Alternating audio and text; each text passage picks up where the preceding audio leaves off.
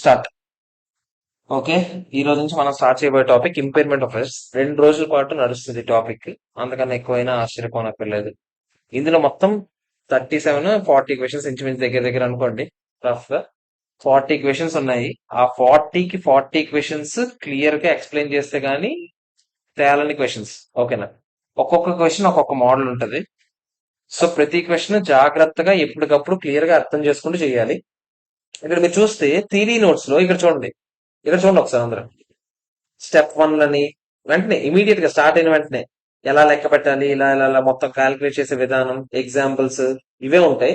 So మీకు direct గా ఇలా చెప్పినా కూడా అర్థం కాదు. సో మనం ప్రతిదీ కూడా క్వశ్చన్ కి క్లియర్ గా ఎప్పటికప్పుడు ఎక్స్ప్లెయిన్ చేస్తేనే అర్థమవుతుంది. సో మీరు క్లియర్ గా ఇంపైర్మెంట్ ఆఫ్ అసెట్స్ వరకు మాత్రం మనం థియరీ నుంచి క్వశ్చన్లకు వెళ్ళాం. క్వశ్చన్లు అయ్యాకనే మీకు మొత్తం ఒకసారి వెనక్కి వస్తాము. థియరీ పార్ట్లు ఏమైనా మిస్ అయిపోయామో చెక్ చేసుకుంటాం. ఓకేనా? జాగ్రత్తగా వినండి. Impairment of assets. ఆల్రెడీ దీని గురించి మనం చాలా చాలా దగ్గర వినేసాం. ఇప్పటికే ఈ పదం అనేది మనం చాలా దగ్గర విన్నాం. ఎక్కడెక్కడ విన్నాము?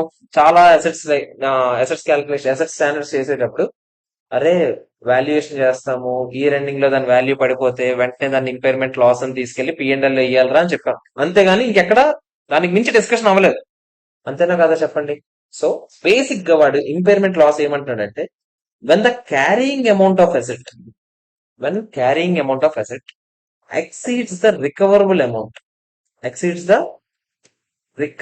amount, అప్పుడే దాన్ని ఇంపైర్మెంట్ లాస్ వచ్చిందని అంటారండి. అంటే మీనింగ్ ఏంటో చూద్దాం. అసెట్స్ తాలూకా క్యారింగ్ అమౌంట్ అంటే బుక్స్ లో ఉన్న amount, it exceeds the recoverable amount అంటే ఏంటో తెలియదు. అంటే ఏంటో చెప్పాలి కదా ఫస్ట్ నేను. రికవరబుల్ అమౌంట్ అంటే higher of value in use or fair value less cost to sell. మళ్ళీ ఇందులో 2 పదాలు వాడాం. అవునా కదా చెప్పండి. హయ్యర్ ఆఫ్ ఈ 2 అని చెప్పాను. మళ్ళీ 2 పదాలు అంటే ఏంటో తెలియాలి కదా. ఫస్ట్ ఏంటి? వాల్యూ ఇన్ యూస్ అంటే ఏంటి తెలుసా? ఏఎఫ్ఎం లో మనం దీని నుంచి ఎంత వస్తుందో అని లెక్కెట్టుకొని ఫ్రీ క్యాష్ ఫ్లోస్ దాని తాలూకు ప్రజెంట్ వాల్యూ లెక్కెట్టని చూడండి, దాన్నే వాల్యూ ఇన్ యూస్ అంటే. ఓకేనా? సింపుల్ గా చెప్పాలంటే వాల్యూ ఇన్ యూస్ అంటే దీని నుంచి జనరేట్ చేయబోయే క్యాష్ ఫ్లోస్ అన్నింటికీ కూడా ప్రజెంట్ వాల్యూ లెక్క పెట్టుకుని దాని తాలూకు వర్త్ ఎంతో అనుకుంటాం. దాన్నే వాల్యూ ఇన్ యూస్ అంటాం. ఓకేనా కదా? అంటే దీని నుంచి మనకి ఫ్యూచర్ లో రాబోతున్న బెనిఫిట్స్ ఎంత అని ఆలోచిస్తున్నాం. దాన్నే కదా రికవరబుల్ అమౌంట్ అనొచ్చు. అవునా కదా చెప్పండి.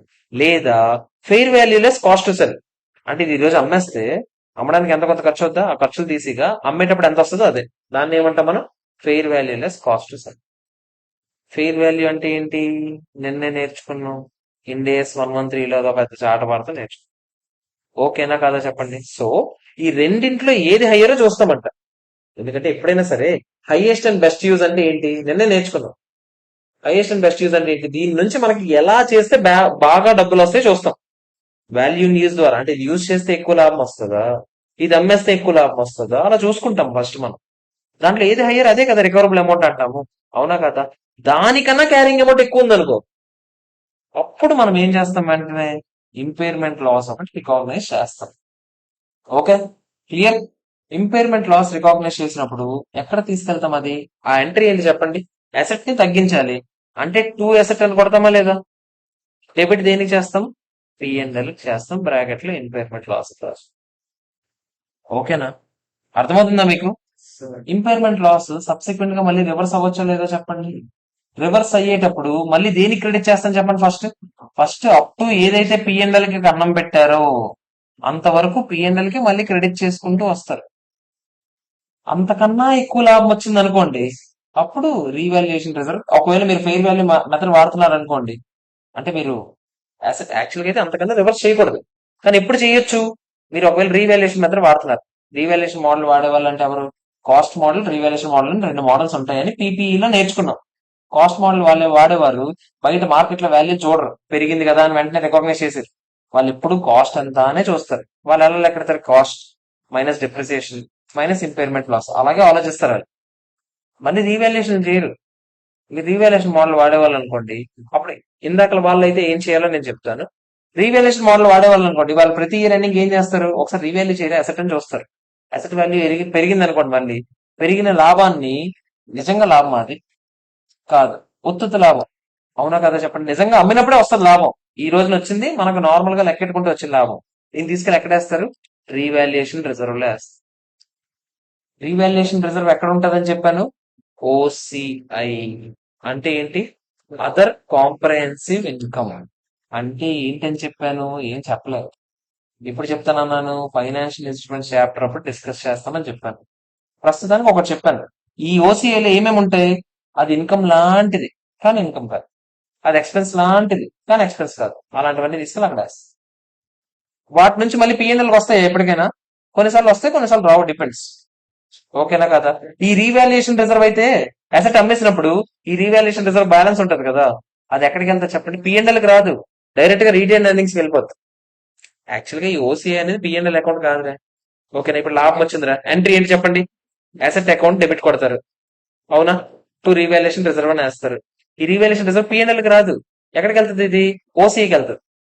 అప్పుడు ఓసీఐ ఏ బ్యాలెన్స్ చూపిస్తున్నట్టు? క్రెడిట్ బ్యాలెన్స్ అయినా కాదో చెప్పండి? క్రెడిట్ బ్యాలెన్స్ చూపించిన బ్యాలెన్స్ షీట్ లో ఎట్ సైడ్ ఉంటాయి? లైబిలిటీ సైడ్ ఉంటాయా? అవునా కదా చెప్పండి? Liability side reserves and surplus లో ఇది వన్ ఆఫ్ ద రిజర్వ్ లాగా ఓసీఐ. మీకు ఫ్యూచర్ లో లాభం, నిజంగా లాభం వచ్చింది, అదే అమ్మేసాం అసెట్, మరి ఓసీఐలో బ్యాలెన్స్ అంతా ఇంకా ఎక్కువ నిజమైన లాభమే కదా. అప్పుడు మన ఓసీఐ మళ్ళీ డెబిట్ కొట్టి డైరెక్ట్ గా రీటైన్ ఎర్నింగ్స్ పంపించేస్తారు. రీటైన్ ఎర్నింగ్స్ అంటే ఏంటి? జనరల్ రిజర్వ్, దానికి డైరెక్ట్ గా పంపిస్తారు. మళ్ళీ పీఎన్ఎల్కి వచ్చి ఎక్కడైనా రాలేదు. అలాగని ఏవి రావాసారంటే కాదు, కొన్ని వస్తాయి కొన్ని రావు, డిపెండింగ్ ఆన్ ద సిచ్యువేషన్స్. మనం అంతకుమించి డిస్కస్ చేయలేదు యాక్చువల్లీ, మనకు అక్కడ అవసరం లేదని వదిలేసాం.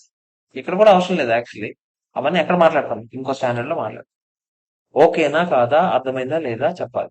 Okay, clear. ఇప్పుడు మనం క్వశ్చన్స్ నేర్చుకుంటూ వన్ బై వన్ ప్రతి కాన్సెప్ట్ ని అక్కడే నేర్చుకోవాలి. ఒక్కొక్కటి ఒక్కొక్క యూనిక్ క్వశ్చన్ లాగానే ఉంటుంది. ఓకేనా? సో జాగ్రత్తగా ప్రశాంతంగా చేద్దాం. ఈ రోజు ఒక 10-15 అయితే చూద్దాం ఏమవుతుంది. చిన్న చిన్న క్వశ్చన్స్ ఉంటాయి కదా స్టార్టింగ్ లో, అవి అయిపోతాయి ఫాస్ట్ గా. ఓకే, ఫస్ట్ అందరూ జాగ్రత్తగా చూడండి.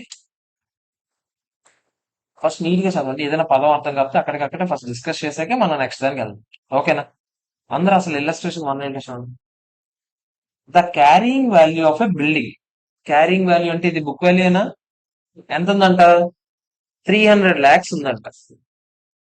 అదే రోజున వాల్యూ ఇన్ యూజ్ ఎంత ఉందంట? 250 lakhs ఉందంట. Fair value less cost to sell ఎంత ఉందంట? 238 lakhs ఉందంట. రికవరబుల్ అమౌంట్ ఎంత అని అడిగాడు. రికవరబుల్ అమౌంట్ కి మనం ఏం చూస్తాం చెప్పండి? Higher of value in use or fair value less cost to sell. ఎంత చెప్పండి? 250 ఆర్ 238. ఆన్సర్ ఎంత? 250. అయిపోయి ఆన్సర్, అయిపోయి ఫస్ట్ క్వశ్చన్.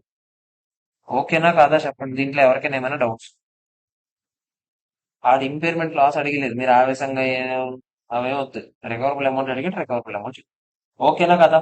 ఇప్పుడు ఇంపైర్మెంట్ లాస్ వస్తుందని నేను అడుగుతున్నా, చెప్పండి. క్యారింగ్ అమౌంట్ ఎంత ఉంది? 300 లక్షలు ఉంది. రికవరబుల్ అమౌంట్ 250 ఉంది. 50 lakhs ఏమవుతుంది? ఇంపైర్మెంట్ లాస్ అయినా కాదా? క్లోజ్. సెకండ్ క్వశ్చన్ చూడొచ్చా? చూడండి సెకండ్ క్వశ్చన్ జాగ్రత్తగా చూడండి.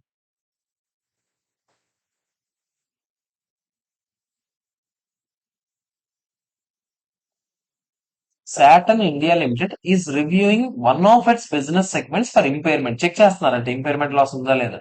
మీరు ఎప్పుడైనా గుర్తుపెట్టుకోండి, ఇంపైర్మెంట్ టెస్టింగ్ ఎప్పుడు చేయాలి సార్ అంటే జనరల్ గా యాన్యువల్లీ చేస్తారు. అంటే ఇయర్ కి ఒకసారి, ఎప్పటికప్పుడు మనం ఒకసారైనా చేస్తే బెటర్ కదా, ఇంపైర్మెంట్ ఉందా లేదా అని జనరల్ గా చెక్ చేస్తారు.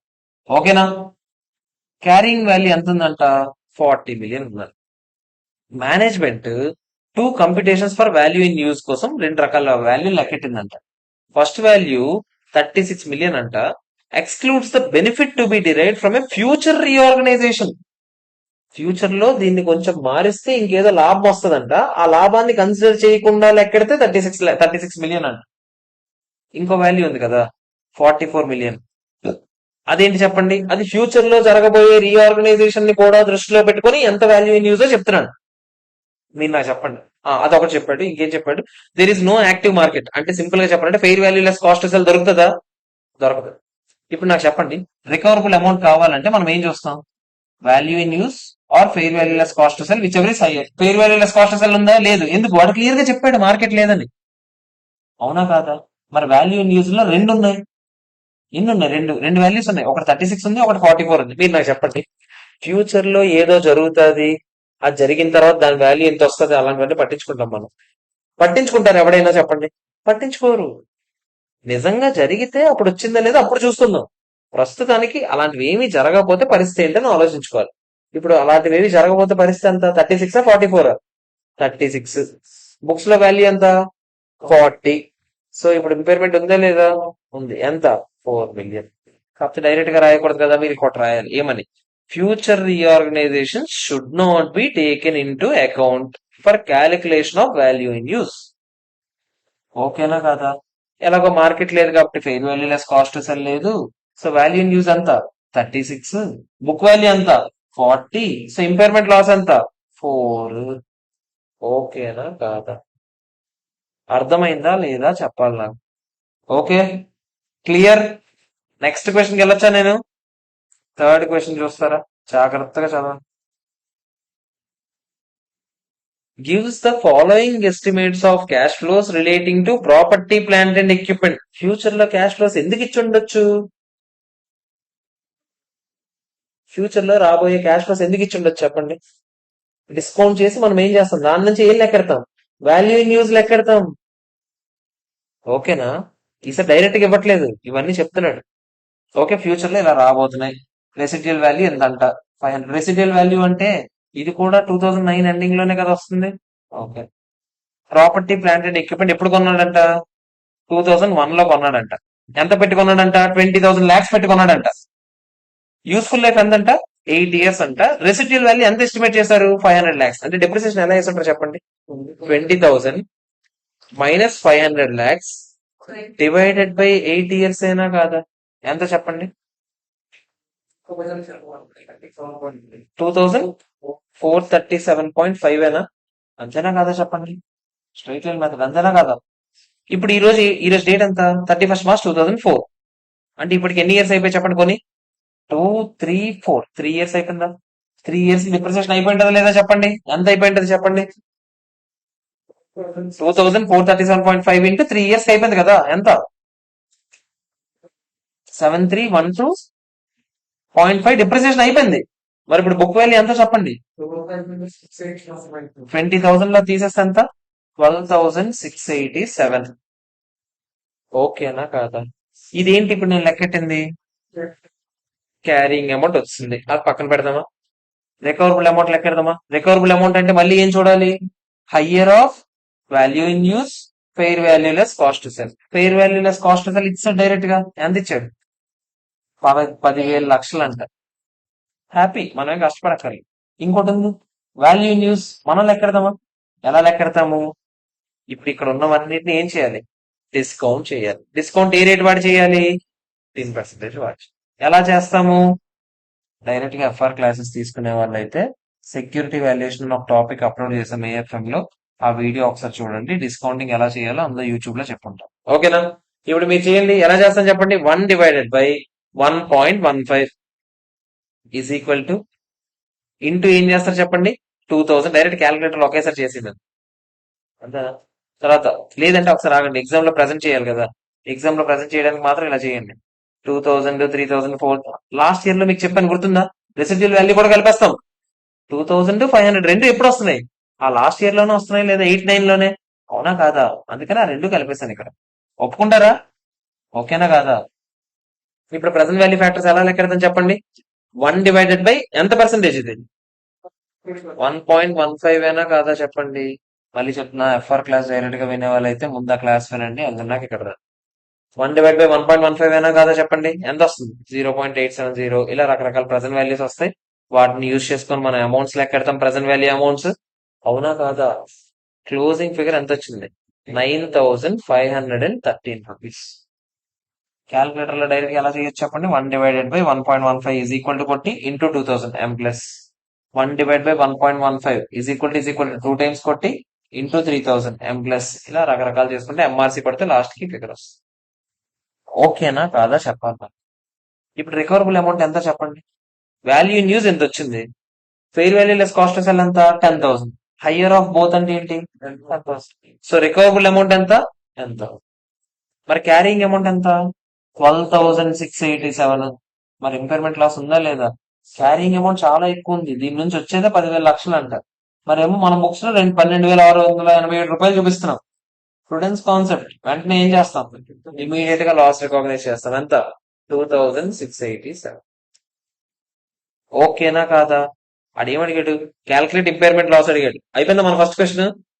Also calculate revised carrying amount. ఇప్పుడు కొత్త క్యారింగ్ అమౌంట్ ఎంత చెప్పండి? 10,000. ఇప్పుడు తీసారు కదా 12,687 నుంచి 2,687. ఇంపైర్మెంట్ లాస్ తీసేయడం అంటే ఏంటి? దీనికి ఎంట్రీ ఇంపార్టెంట్ చెప్పండి. పిఎన్ఎల్ టు ఇప్పుడు అసెట్ కాస్ట్ ఏమవుతుంది? ఎంత తగ్గుతుంది? 2687 తగ్గుతుందా? తగ్గిన వెంటనే 12,687 కాస్త ఏమవుతుంది? 10,000 అయిపోద్దా? ఇప్పుడు 10,000 మీద డిప్రిసియేషన్ అయ్యారా లేదా? ఎలా వేస్తాం? ఎన్ని ఇయర్స్ ఉన్నాయి ఇంకా? ఏమైనా యూస్ఫుల్ లైఫ్ మారిందని ఏమైనా చెప్పాడా? ఏం చెప్పలేదు. రెసిడ్యువల్ వాల్యూ మారిందని చెప్పాడా? ఏం చెప్పలేదు. చెప్పుంటే అది కూడా తీసుకునే వాళ్ళం. ఏం చెప్పలేదు. అప్పుడు ఎలా లెక్కెడతాం? 10,000 మైనస్ 500. ఇంకెన్ని ఇయర్స్ ఉన్నాయి? ఎవరికైనా డౌట్ ఉందా? క్లియరా? ఓకే, మరి అర్థమవుతుంది కదా? ఓకే కదా? నెక్స్ట్ క్వశ్చన్కి వెళ్తున్నాను నేను. ఓకేనా? ఫోర్త్ క్వశ్చన్కి వెళ్తున్నాను నేను. జాగ్రత్తగా వినాలి మళ్ళీ. ఫస్ట్ ఫోర్త్ క్వశ్చన్ ఏంటో క్వశ్చన్ చదువుతామా? Jupiter Limited, a leading manufacturer of steel, is having a furnace. అంటే ఏదో వాడికి ఏదో ఒక అసెట్ ఉంది. ఫర్నేస్ అంటే ఏంటి? అదే పొక్కొట్టలాగే ఉంటాయి కదా, అలాంటిది ఏదో. ఓకేనా? మనది ఏదైతే ఫర్నేస్ అసెట్ ఉంది, విచ్ ఈస్ క్యారీడ్. ఫర్నేస్ అంటే అదే జనరల్ గా అదే పెద్ద ఇవి ఉంటాయి కదా ఏదో. Which is carried in the balance sheet on 31st March. ఎంత ఉందంట? 250 lakhs. అంటే ఇదేంటి? క్యారీయింగ్ అమౌంట్ అనొచ్చా? ఒప్పుకుంటారా? యాజ్ ఎట్ దట్ డేట్ ఆ రోజు వాల్యూ ఇన్ యూజ్ ఎంత ఉందంట? Value in use and fair value రెండు ఎంత ఉన్నాయంట? 200 lakhs అనంట. Happy. Recoverable amount higher of ఇంకేం లేదు, 200. కాస్ట్ ఆఫ్ డిస్పోజల్ ఇచ్చాడా? మరి ఇదేంటి? Value in use and fair value is కాదు. అంటే ఇక్కడ value in use fair value direct గా 200 ఇచ్చాడు. ఒకసారి ఆగండి. అయితే వాల్యూ ఇన్ యూజ్ అయితే మనకు తెలుసు 200 ఇచ్చాడు కాబట్టి 200. ఇంకోటి మనం ఏం చూస్తాం? Fair value less cost to cell అయినా కాదా చెప్పండి? కాస్ట్ టు సెల్ ఎంత ఇచ్చాడు? 13 ఇచ్చాడు. అంటే 200 మైనస్ 13 ఎంత చెప్పండి? 187. విచ్ ఎవర్ ఇస్ హయ్యర్ అంటే ఏంటి? 200 ఏనా? So 200 is the recoverable amount. Carrying amount ఎంత? 250 ఏనా? ఇంపైర్మెంట్ లాస్ ఉంటుందా ఉండదా? ఎంత ఉంటది? క్యాలిక్యులేట్ ఇంపైర్మెంట్ లాస్ అని అడిగాడు. అయిపోయింది ఆన్సర్. అయిపోయింది ఆన్సర్ అంతే. ఓకేనా కదా చెప్పండి? అంత సంబరపడిపోకూడదు మనం. ఎందుకు? ఫస్ట్ క్వశ్చన్ కదా. ఓకేనా? ఇవేవి రావు. Next test your knowledge question లో వస్తాయి. ఓకేనా? ఇక్కడ సొల్లంతా చెప్పాడు. ఇంపైర్మెంట్ లాస్ ఎక్కడి నుంచి తీసుకొచ్చాడు? ఇంపైర్మెంట్ లాస్ వెంటనే ఏం చేయాలి? పిఎండ్ఎల్ లో చూపించేయాలి. Unless the asset is carried. మీకు గుర్తుందా? ఒకవేళ ఇదే అసెట్ పాతది ఎప్పుడో రీవాల్యుయేషన్ చేశారనుకోండి, అప్పట్లో అది పెరిగి రీవాల్యుయేషన్ రిజర్వ్ చేశారనుకోండి, ఇప్పుడు తగ్గితే ఇంపైర్మెంట్ లాస్ పిఎండ్ఎల్ వేసేయకూడదు. ఫస్ట్ ఏం చేయాలి? ఆ పాత రీవాల్యుయేషన్ రిజర్వ్ మైనస్ చేసుకొని అంతకన్నా తగ్గింది ఇంపైర్మెంట్ లాస్ కి వేయాలి. మనం ఇది ఎప్పుడు చెప్పాం? 16 అప్పుడు చెప్పాం. ఓకేనా కాదా? అదే చెప్తున్నాడు. ఓకే, ఈ మిగతా పాయింట్లను సొల్లే పడితే ఇంపైర్మెంట్ లాస్ వేసాక డిప్రిసియేషన్ ఇంకా ఎప్పుడు వస్తుంది? డిప్రిసియేషన్ దేని మీద వేస్తాం? రివైజ్డ్ వాల్యూ మీద వేస్తాం, పాత వాల్యూ మీద వేస్తాం. సో రివైజ్డ్ క్యారింగ్ అమౌంట్ మీద less residual value systematic basis లో వేస్తామని చెప్తున్నాడు. ఇంపైర్మెంట్ లాస్ వేస్తే దానికి సంబంధించిన డిఫర్డ్ ట్యాక్స్ ఇంకా చెప్పలేదు. ఎందుకు? ఇండేస్ 12 దానికి సంబంధించిన పాయింట్స్ నేను ఇంకా చెప్పలేదు. ఓకేనా కాదా? అర్థమైందా లేదు? చెప్పరా? అడగలేదు, అదేం అవసరం లేదు. అదే చెప్తున్నాను కదా, ఇది ఎందుకు ఇచ్చాడా అని అంటున్నాను కదా. డైరెక్ట్ ఇది రాసిన. ఓకేనా కదా చెప్పండి? ఏదైనా అసలు ఏది రాస్తాం? గడిది గుట్టు రాస్తే ఇది రాస్తాం. యాజ్ పర్ ఇండేస్ 36 ఇంపైర్మెంట్ లాస్ అంటే ఇదంతా రాస్తాము. అది ఎలాగో రాస్తాం మనం. అందులో క్యారింగ్ అమౌంట్ ఎంత అని రాస్తాము, ఇదంతా రాస్తాం, ఇదంతా రాస్తాం. అంతకుమించి ఇంకేం రాస్తాం? ఒకవేళ మరీ పెద్ద క్వశ్చన్ అయితే ఇది రాస్తాం. రివైజ్డ్ క్యారింగ్ అమౌంట్ మీద ఇక పైన డిప్రిసియేషన్ అయ్యండి, కొత్త డిప్రిసియేషన్ ఎంత అలా రాస్తాం. ఓకేనా కదా? నెక్స్ట్ ఫిఫ్త్ క్వశ్చన్ చూద్దామా? చూడండి. Mercury limited has an identifiable asset with a carrying amount ఎంత? 1000 రూపీస్. ఓకేనా? ఏదో ఒక అసెట్ ఉంది, దాని క్యారింగ్ అమౌంట్ ఎంత ఉంది? 1000. ఇట్స్ రికవరబుల్ అమౌంట్ ఈస్ 650 రూపీసే. అంటే దాని అర్థం ఏంటి? ఇంపైర్మెంట్ లాస్ ఎంత? డైరెక్ట్ 350. అవునా కాదా చెప్పండి? ట్యాక్స్ రే ఓహో, ఈ స్టార్ మార్క్ పెట్టుకోండి. ఇది నేను ఇంకా చెప్పలేదు. ఇండేస్ 12కి వెళ్ళిన తర్వాత వస్తాము. సో ఇండేస్ 12 అయ్యాక నాకు ఒకసారి మీరే గుర్తు చేయాల్సిన రెస్పాన్సిబిలిటీ. ఇండేస్ 12 అయ్యాక సరే ఇక్కడికి రావాలని గుర్తు చేయాలి. ఓకేనా? మీదే రెస్పాన్సిబిలిటీ. మళ్ళీ చెప్తున్నాను. ఓకే. ఎందుకంటే ఇండియస్ట్ వాళ్ళు చెప్పకుండా డిఫర్ ట్యాక్స్ అసెట్ ఎప్పుడు వస్తుంది, లైబిలిటీ ఎప్పుడు వస్తుంది చెప్పలేం కదా. అందుకనే అది అయ్యాక చెప్పగలం. Okay, clear. ఇది అక్కడ డిస్కషన్. నెక్స్ట్ నాకు గుర్తు చేయాలి రే మీరే, నాకు సంబంధం లేదు, మళ్ళీ చెప్తాను. నెక్స్ట్ అదే ఇండియస్ట్ వాళ్ళే అవుతుంది. సో నెక్స్ట్ 6th క్వశ్చన్ చూద్దామా, జాగ్రత్తగా చదవండి. ఏ company operates a mine in a country where legislation requires that owner must restore the site on completion of its mining operations. లా ఏం చెప్పిందంట? డీకమిషనింగ్ కాస్ట్ లో కొన్ని ఖచ్చితంగా పెట్టాలి. మొత్తం మీరు మైన్ అంతా కంప్లీట్ అయిపోయాక లాస్ట్ ఎంత మొత్తం క్లియర్ చేశారు. ఈ cost of restoration includes the replacement of over burden which must be remove before mining operations commence. అక్కడ ఏదో ఒక సమ్ ఏదో అసెట్ లాంటిది ఏదో పెడతాము, అది రిమూవ్ చేసి మనం క్లియర్ చేయాల్సిన రెస్పాన్సిబిలిటీ మనది. A provision for the cost to replace the overburden was recognized as soon as the overburden was removed. దాని గురించి ఒక ప్రొవిజన్ పెట్టుకుంటామంట మనం ఎప్పటి నుంచో. Okay. The amount provided was recognised as a part of cost of the mine and is being depreciate over the useful life. Correct గానే చేశాడు. ఇప్పుడు asset cost లో కలుపుతామా లేదా చెప్పండి, డీకమిషనింగ్ కాస్ట్ వాళ్ళకి ప్రజెంట్ వాల్యూ, అవునా కదా? అదే చేశాడు. Carrying amount of provision for restoration cost ఎంత ఉందంట? 500 rupees, which is equal to present value of restoration cost. అంతే కదా, ఎవడైనా అదే చేస్తాడు. ఇప్పుడు డీకమిషనింగ్ లైబిలిటీ ఏదైనా ఉంటే, డీకమిషనింగ్ లైబిలిటీ అంటే ఏంటి? అసెట్ చివరిలో డిస్పోజ్ చేసేటప్పుడు మనం పెట్టే ఖర్చు. ఓకేనా? దాని తాలూకు వాల్యూ ఈ రోజు అదే ఉంటుందా ఏంటి? ఉండదు. అప్పుడు ఆబ్వియస్లీ ప్రెసెంట్ వాల్యూ ఎంత ఉందో అందుకే కదా రికాగ్నైజ్ చేసుకుంటాం. ఆ ప్రెసెంట్ వాల్యూకి రికాగ్నైజ్ చేసుకుంటాం. దానికి ఎంట్రీ కూడా చెప్పాను మీకు. ఇప్పుడు అసెట్ 1000 రూపాయలు అనుకుందాం, ప్రెసెంట్ వాల్యూ 100 రూపాయలు అనుకోండి. ఎంట్రీ ఏం వేస్తాం? Asset 1000, asset 1100. క్యాష్ ఎంత ఇచ్చుంటావు? 1000 ఇచ్చుంటావు. సో టు క్యాష్ ఎంత? 1000. ఇంకో 100 టు ప్రొవిజన్ ఫర్ డీకమిషనింగ్ లయబిలిటీ 100. ఓకేనా కాదా? అదే చేశాడు. ఓకే, పర్లేదు. ఇక్కడ ఏంటి బాధ ఏంటి? The entity is testing the mine మొత్తాన్ని టెస్ట్ చేస్తుంది ఇంపైర్మెంట్ కోసం. అంటే ఆ మైన్ మొత్తం ఒక ఎసెట్ కింద చూపిస్తుంది, మొత్తం మైన్. ఆ మైన్ మొత్తాన్ని మనం ఏం చేస్తాం? ఇంపైర్మెంట్ టెస్టింగ్ చేస్తాం. ఓకేనా కాదా? The cash generating unit for the mine is the mine as a whole. ఇక్కడ ఒక పదం విన్నాం మనం, క్యాష్ జనరేటింగ్ యూనిట్. ఇప్పుడు దీని గురించి డిస్కస్ చేయబోతున్నాం, జాగ్రత్తగా వినండి. క్యాష్ జనరేటింగ్ యూనిట్ అంటే కొన్నిసార్లు ఒక ఎసెట్ ఇండివిజువల్ గా దానికి ఏం పీకేదే ఉండదు, అంటే దానివల్ల మనకి ఎటువంటి ఉపయోగం ఉండదు. కానీ దాన్ని ఇంకొన్ని గ్రూప్ ఆఫ్ ఎసెట్స్ తో కలిపితే దాని నుంచి లాభం రావచ్చేమో. ఫర్ ఎగ్జాంపుల్, ఇప్పుడు ఇప్పుడు కోచింగ్ ఇన్స్టిట్యూషన్ లో ఖచ్చితంగా మీరు కంపల్సరీ క్లాస్ నోట్స్ రాస్తారనుకుందాం, మనలాంటి కాదు. ఓకేనా? నోట్స్ రాసే క్లాసులు ఉన్నాయనుకుందాం. ఇప్పుడు అది కంపల్సరీ. ఇప్పుడు ఈ చైర్ ఉంది కదా, ఈ చైర్ ఒక్కటే పనికి వస్తుందా? ఆ చైర్ ని ప్లాంక్ తో కలిపితేనే పనికి వస్తుందా? చైర్ ని ప్లాంక్ తో కలిపితేనే కదా పనికి వస్తుంది. ఇప్పుడు చైర్ ఇండివిజువల్ గా చూస్తే దాన్ని నాకు తెలియదు దీని వర్త్ ఎంతో, అవునా కదా చెప్పండి? ఎందుకంటే దీని నుంచి క్యాష్ జనరేట్ అవుతుందా? నాకు అవ్వదు. కానీ ఈ చైర్ ని ప్లాంక్ తో కలిపితే నాకు అప్పుడు దాన్ని ఏమంటాను నేను? క్యాష్ జనరేటింగ్ యూనిట్ అంటాను. సింపుల్ గా చెప్పాలంటే some small group of assets, వీలైనంత తక్కువ అసెట్స్ కలపాలి, ఆ దాని నుంచి మనకు డబ్బులు రావాలి. ఓకేనా కాదా చెప్పండి? దాన్ని ఏమంటాం? క్యాష్ జనరేటింగ్ యూనిట్ అని. ఓకేనా? ఇక్కడ మైన్ లో రకరకాల అసెట్స్ ఉంటాయి కదా. మైన్ అంటే ఏంటి? మనం తవ్వుతామా?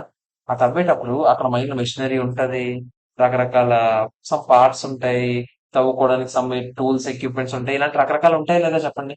దీనికి ఇండివిజువల్ గా ఏ వాల్యూ లేదంట. చెప్తున్నాడు. క్యాష్ జనరేటింగ్ యూనిట్ ఏమవుతుందో చెప్పండి మైన్ కి? మరి మైన్ యాజ్ ఏ హోల్, మొత్తం మైన్ వాల్యూనే క్యాష్ జనరేటింగ్ యూనిట్ అనాలి. ఎందుకు? ఎందుకంటే క్యాష్ జనరేట్ చేసేది ఏంటి? ఒక్కొక్క పర్టికులర్ టూల్ జనరేట్ చేయదు, ఆ మైన్ మొత్తం కలిపి జనరేట్ చేస్తుంది. అలాంటప్పుడు మైన్ మొత్తం కలిపే కదా ఒక క్యాష్ జనరేటింగ్ యూనిట్ అవుతుంది, అవునా కదా చెప్పండి? ఇప్పుడు ఇంపైర్మెంట్ టెస్టింగ్ చేసేటప్పుడు ఇండివిజువల్ గా అసెట్ వైజ్ చేస్తాము, మొత్తం cash generating unit as a whole కూడా చేస్తాం. ఓకేనా కాదా? అర్థమవుతుందా లేదా? సో ఇప్పుడు మామూలుగా క్యాష్ జనరేటింగ్ యూనిట్ అంటే ఏంటి అర్థమైందా లేదా? ఇప్పుడు ఇక్కడ వరకు సిచ్యువేషన్, ఈ తర్వాత ఏం చేయాలో నేను తర్వాత చెప్తాను. ప్రస్తుతం క్యాష్ జనరేటింగ్ యూనిట్ అంటే ఏంటి? Some smallest group of assets when combined will be able to generate cash flows. దాన్ని ఏమంటాం మనం? Cash generating unit. ఈ కేసులో క్యాష్ జనరేటింగ్ యూనిట్ ఏంటని చెప్పాడు? మైన్ యాజ్ ఎ హోల్ అని చెప్తాడు. ఆడు చెప్పాడు. తర్వాత the entity has received various offers to buy the mine at price of around 800. చాలా మంది ఇప్పుడు ఆఫర్ చేశారంటే మైన్ మాకు ఇచ్చేయండి మాకు ఇచ్చేయండి మాకు ఇచ్చేయండి. ఎంత ఆఫర్ చేస్తున్నారంట? 800 రూపీస్ ఆఫర్ చేస్తున్నారు. ఓకేనా కదా? దీన్ని ఏమంటాం? Fair value less cost cell అనా? అవునా కదా చెప్పండి? తర్వాత ఏం చెప్పాడు? This price reflects the fact that buyer will assume the obligation to restore the over button. అంటే ఈ 800లో అంట, ఈ 800కి అమ్మితే ఇంకా చివరిలో లైబిలిటీ ఉండదు చూడు, మొత్తం ల్యాండ్ క్లీన్ చేసి అవన్నీ ఆడే చూసుకుంటాడు. ఓకేనా కదా చెప్పండి. తర్వాత డిస్పోజల్ కాస్ట్ ఏం లేవు, చాలా నెగ్లిజిబుల్ అని చెప్పాడు. అంటే ఫెయిర్ వాల్యూ కాస్ట్ డిస్పోజల్ చేస్తాం కదా, అదేం లేవు అని చెప్తున్నాడు. అంటే 800 ఆన్సర్. ఓకేనా కదా చెప్పండి. తర్వాత వాల్యూ ఇన్ యూజ్ ఎంతంట, 1200 అంట, ఎక్స్క్లూడింగ్ రీస్టోరేషన్ కాస్ట్ అంట. రీస్టోరేషన్ కి ఏ ఖర్చు పెట్టకపోతే 1200 దీని వాల్యూ. అని మరి రిజిస్ట్రేషన్ ఖర్చు పెట్టాలా లేదా న్యాయంగా మాట్లాడుకుంటే? ఎందుకంటే ఫెయిర్ వాల్యూ ఎలా ఇచ్చాడు, రిజిస్ట్రేషన్ తీసుకున్న తర్వాతే కదా చెప్పాడు. ఇప్పుడు అవతల ఎవడైతే కొనుక్కుంటాడో వాడు రిజిస్ట్రేషన్ చేసుకుంటానని చెప్పాడా లేదా? మరి అప్పుడు నేను ఇది కూడా ఎలా చూడాలి, ఆఫ్టర్ ఇంక్లూడింగ్ రిజిస్ట్రేషన్ ఖర్చులు కూడా కదా. మరి రిజిస్ట్రేషన్ కోసం ఎంత ఖర్చు అవుతాను అనుకున్నాం ముందు మనం, ఇక్కడ 500 రూపీస్ అని చెప్పాడా లేదా చెప్పండి. అంతేనా కదా చెప్పండి. అంటే 1200 వర్త్ అనుకుంటున్నావు, కానీ అందులో 500 ఖర్చు అవుతా లేదా చెప్పండి. సో వాల్యూ ఇన్ యూజ్ ఎంత అంటే నువ్వేం చెప్తావు, 700. ఓకేనా కాదా చెప్పండి. అర్థమైందా లేదా? తర్వాత ఏమన్నాడు, the carrying amount of the mine ఎంత ఉందంట, 1000 రూపీస్. ముందు నాకు చెప్పండి, ఫస్ట్ రికవరబుల్ అమౌంట్ ఎలా లెక్కెడతాం, higher of value in use or fair value less cost sell. అంటే 500, 700 ఆర్ 800, ఏంటి 800 అయినా కాదా చెప్పండి. అవునా కాదా చెప్పండి. దీన్ని దేంతో కంపేర్ చేస్తాం, క్యారింగ్ అమౌంట్ ఎంత ఉంది, ఆగండి, 1000 కాదు. ఎందుకు, మళ్ళీ ఇందులో కూడా ఏం చేయాలి, డీకమిషనింగ్ లైబిలిటీ తీసేయాలా లేదా? ఎందుకంటే అన్నింట్లో మనం ఇప్పటివరకు ఏం చేస్తున్నాం, డీకమిషనింగ్ లైబిలిటీ తీసే కదా చెక్ చేస్తున్నాం. మరి ఇప్పుడు ఈ క్యారింగ్ అమౌంట్ ఆఫ్ మైన్ లో ఆల్రెడీ అసెట్ కాస్ట్ లో ఈ ప్రొవిజన్ ఇంక్లూడ్ అయిపోయిందా లేదా? అవునా కాదా చెప్పండి. మరి అది తీసేయాలా లేదా చెప్పండి న్యాయంగా మాట్లాడుకుంటే, అవునా కాదా? మరి ఇప్పుడు 1000 రూపాయల్లో ఆ ప్రొవిజన్ ఎంత, 500 500 తీసేయాలా, తీసేస్తే ఎంత ఉంటది, ఇది క్యారింగ్ అమౌంట్. ఇప్పుడు చూడండి, రికవరబుల్ అమౌంట్ ఎంత, 800, ఇదంతా 500. ఇప్పుడు ఇంపైర్మెంట్ చేస్తారా? కానీ ఇందులో ఒకవేళ ఇందాకల్లా చేస్తుంటే ఇంపైర్మెంట్ చేసి ఉండేవాళ్ళు కదా, అవునా కాదా? సో ఇది ఒళ్ళు దగ్గర ఎట్లా చూసుకోవాలి ఈ క్వశ్చన్. అందరూ ఈ క్వశ్చన్ ఒకసారి ఆన్సర్ చదవండి, డౌట్స్ ఏమంటే ఫస్ట్ దీనికి ఇక్కడే తెలియదు. మీకు క్యాష్ జనరేటింగ్ యూనిట్ అంటే ఏంటో పూర్తిగా చెప్పలేదు, ఇంకా చాలా ఉంది దాని గురించి. ఎందుకు, ఇప్పుడు క్యాష్ జనరేటింగ్ యూనిట్ లో రకరకాల అసెట్స్ ఉంటాయి కదా, ఆ అసెట్స్ ఇండివిజువల్ గా ఇంపైర్మెంట్ జరగచ్చు, cash generating unit as a whole జరగచ్చు, ఇలా రకరకాల పాయింట్స్ ఉంటాయి. అవన్నీ తర్వాత మాట్లాడతాం ప్రశాంతంగా, first line by line. First cash generating unit అంటే ఏంటో తెలుసుకున్నాం అంతే. అంటే ఏంటి, some group of assets which will be together able to generate cash flows. ఓకేనా?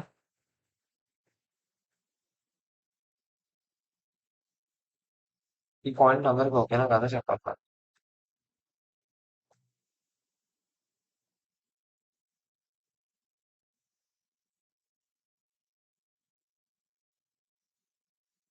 ఓకేనా కాదా, క్లియరా?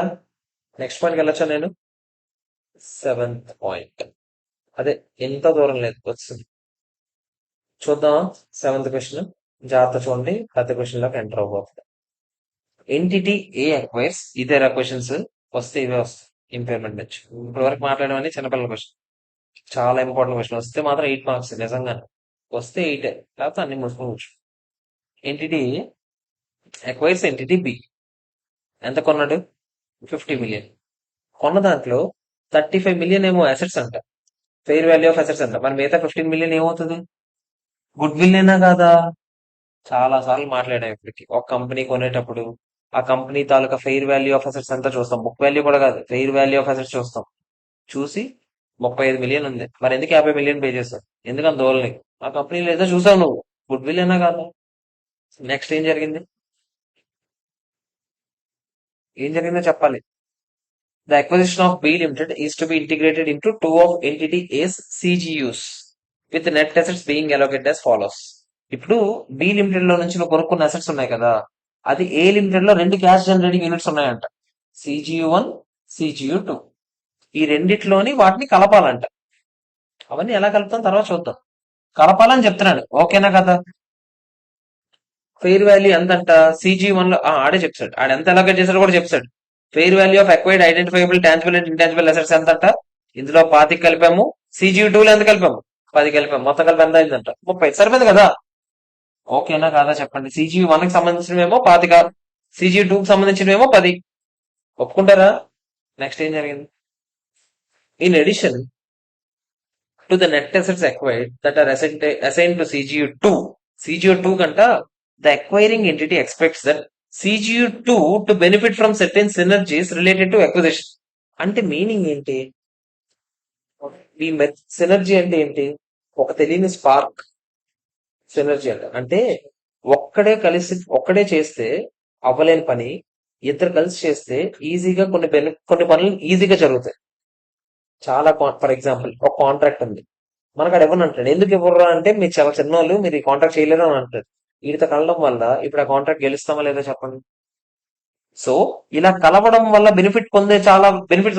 పొందే బెనిఫిట్స్ చాలా ఉంటాయి లేదా, వాటిని సినర్జీస్ అంటాం. ఓకేనా కాదా? ఇద్దరు కలవడం వల్ల వచ్చే బెనిఫిట్. ఓకే, అంటే ఇక్కడ ఏం చెప్తున్నాడు, CGU2 కంట acquiring entity expects. Acquiring entity ఎవరు? మనమే కదా. అక్వైర్ చేసుకుంటున్న వాళ్ళని అక్వైరింగ్ ఎంటిటీ అంటాం. మనం ఏం ఎక్స్పెక్ట్ చేస్తున్నామంట, CGU2 బాగా బెనిఫిట్ అవుతుంది వీళ్ళిద్దరు కలవడం వల్ల. మన ఎక్స్పెక్టేషన్ ఎవరిద్దరు కలవడం వల్ల, మనమున్ని ఇంకొకరు ఎవరో ఉన్నారు కదా, ఎవరా కంపెనీ బి మనం కలిస్తే, బి కలిస్తే ఎక్కువ బెనిఫిట్ పొందేది ఏ CGU2 అని మన ఎక్స్పెక్టేషన్. ఓకేనా? There is no synergistic goodwill attributable to other CGUs. ఇంకెవరికి గుడ్ విల్ అయితే అసైన్ చేయాల్సిన అవసరం లేదు.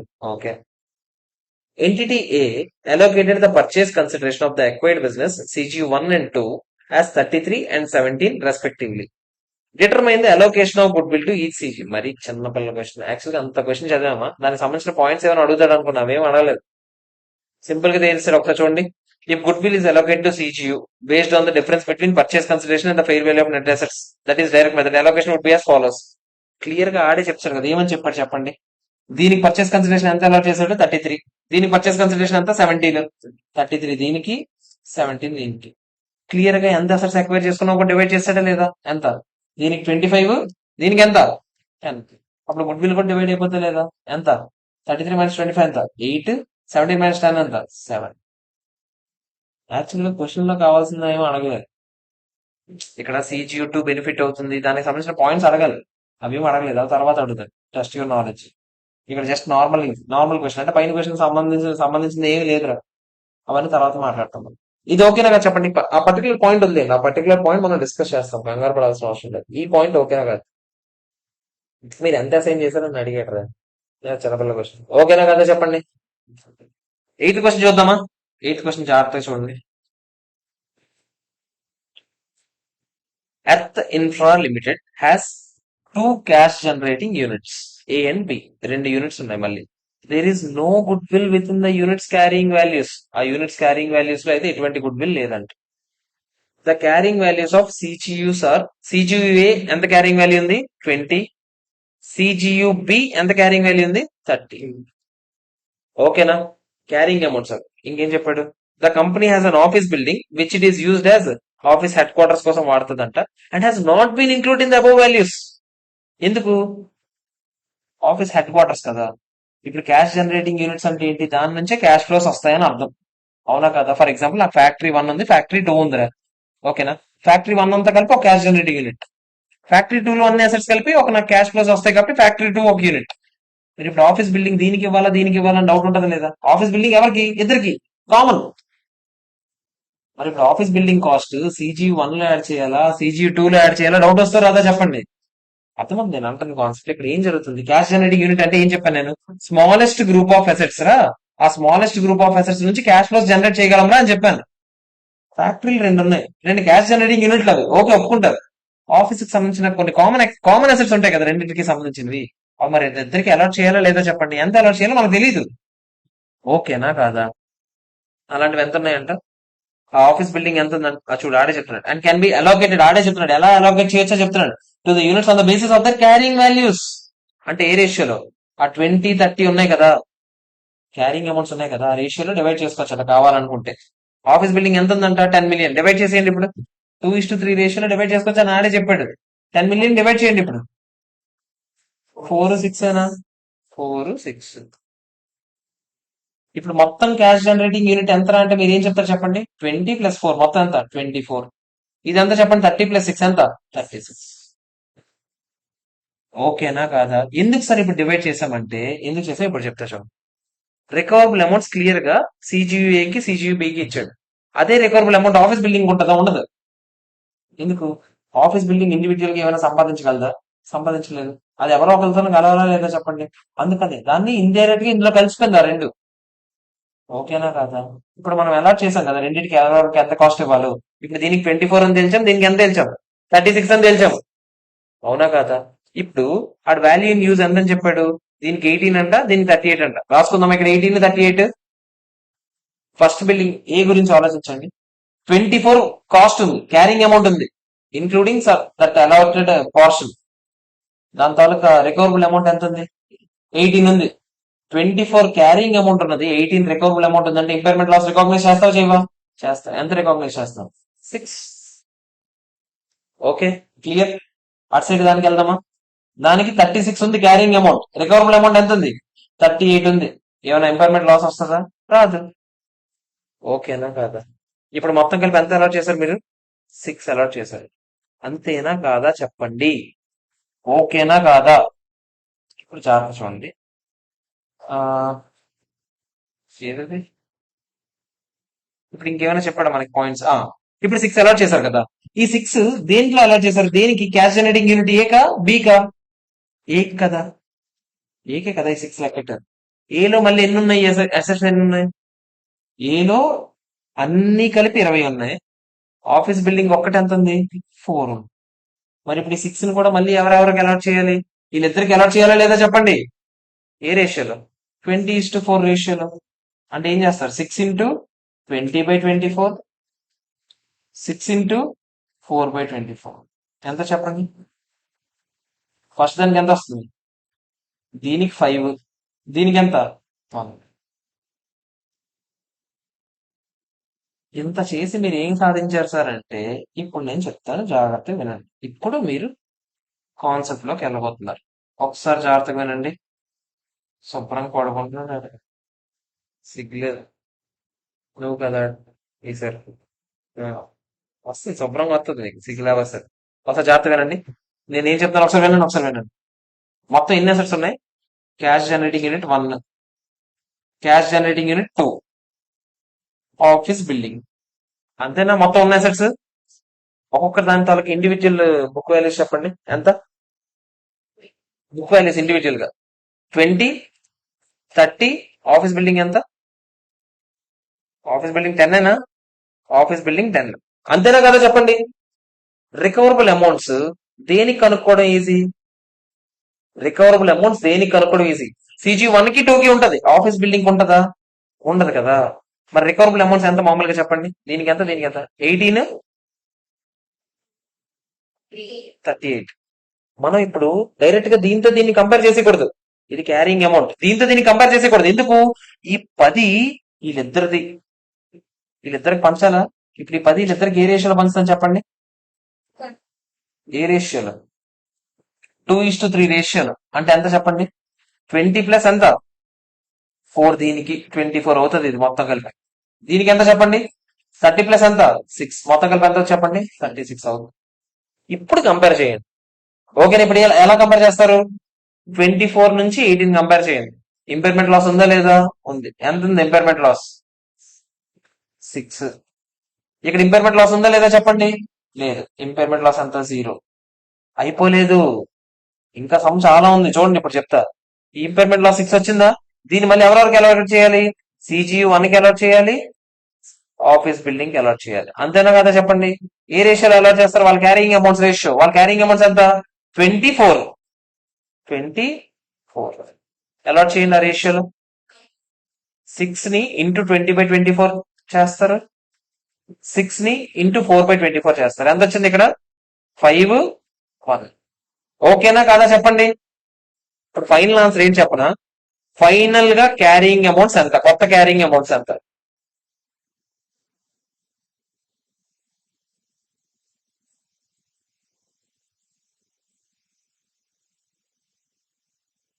ఫైనల్ గా రివైజ్డ్ క్యారింగ్ అమౌంట్స్ ఎంత చూడండి. ఎన్ని ఉన్నాయి మనకు మొత్తం అసెట్స్? CGU 1, CGU 2, CGU 1 తో కొత్త క్యారింగ్ అమౌంట్ ఎంత చెప్పండి. పాత క్యారింగ్ అమౌంట్ ఎంత? 24 కాదు, మళ్ళీ ఇప్పుడు మళ్ళీ ఫస్ట్ నుంచి వచ్చేస్తున్నాం. 20. ఇందులో ఎంత వేస్తారు ఇంపైర్మెంట్ లాస్? ఇప్పుడే 5 వేసారు. 20 - 5 ఎంత? 15. CG2 పరిస్థితి ఏంటో చెప్పండి.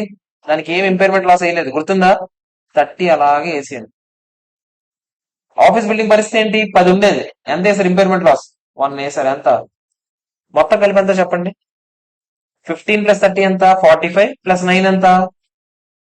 Total assets 54. కాబట్టి చెక్ చేద్దామా? ఒకప్పుడు ఎంత ఉండేవి టోటల్ అసెట్స్? చూస్తారా? ఒకప్పుడు టోటల్ అసెట్స్ ఎంత? 30, 20, 50, 10, 60. 60 కాస్త ఎంత అయింది ఇప్పుడు? 54. ఇంపైర్మెంట్ లాస్ ఎంత వచ్చింది? ఆ 6 ఎవరెవరికి అలాట్ చేశారు? దీనికి దీనికి. సరిపోయిందా లేదా చెప్పండి? ఓకేనా కాదా? సరే, ఇంత చెయ్యాలా? డైరెక్ట్ గా చేయకూడదా? చేయలేరు. చూద్దామా డైరెక్ట్ చేస్తే ఏమవుద్దా? డైరెక్ట్ చేస్తుంటే ఏమవుతుందో చూద్దామా? క్యారింగ్ అమౌంట్స్ ఎంత? 20, 30, 10. అలాట్ చేయలేదు అనుకో ఏమవుతుంది చెప్పనా? దీని రికవరబుల్ అమౌంట్స్ ఎంతో చెప్పండి? 18. అంతేనా? దీనికి ఏం వేయరు. ఒకవేళ అలాట్ చేయలేదు అనుకోండి ఏం చేస్తుంటారు చెప్పనా? 20 క్యారింగ్ అమౌంట్, 18 రికవరబుల్ అమౌంట్. అంటే ఇంపైర్మెంట్ లాస్ ఉందా లేదా? ఎంత ఉంది? 30 క్యారింగ్ అమౌంట్, 38 రికవరబుల్ అమౌంట్. అంటే ఇంపైర్మెంట్ లాస్ ఉందా? లేదు. దీనికి ఏముండదు. అంతేనా కదా? అప్పుడు అసెట్స్ వాల్యూస్ ఏమవుతాయి చెప్పండి? అసెట్ వాల్యూస్ ఏమవుతాయి? ఇంపైర్మెంట్ లాస్ ఇది. ఓకేనా? సో అసెట్ వాల్యూస్ ఎంత చెప్పండి?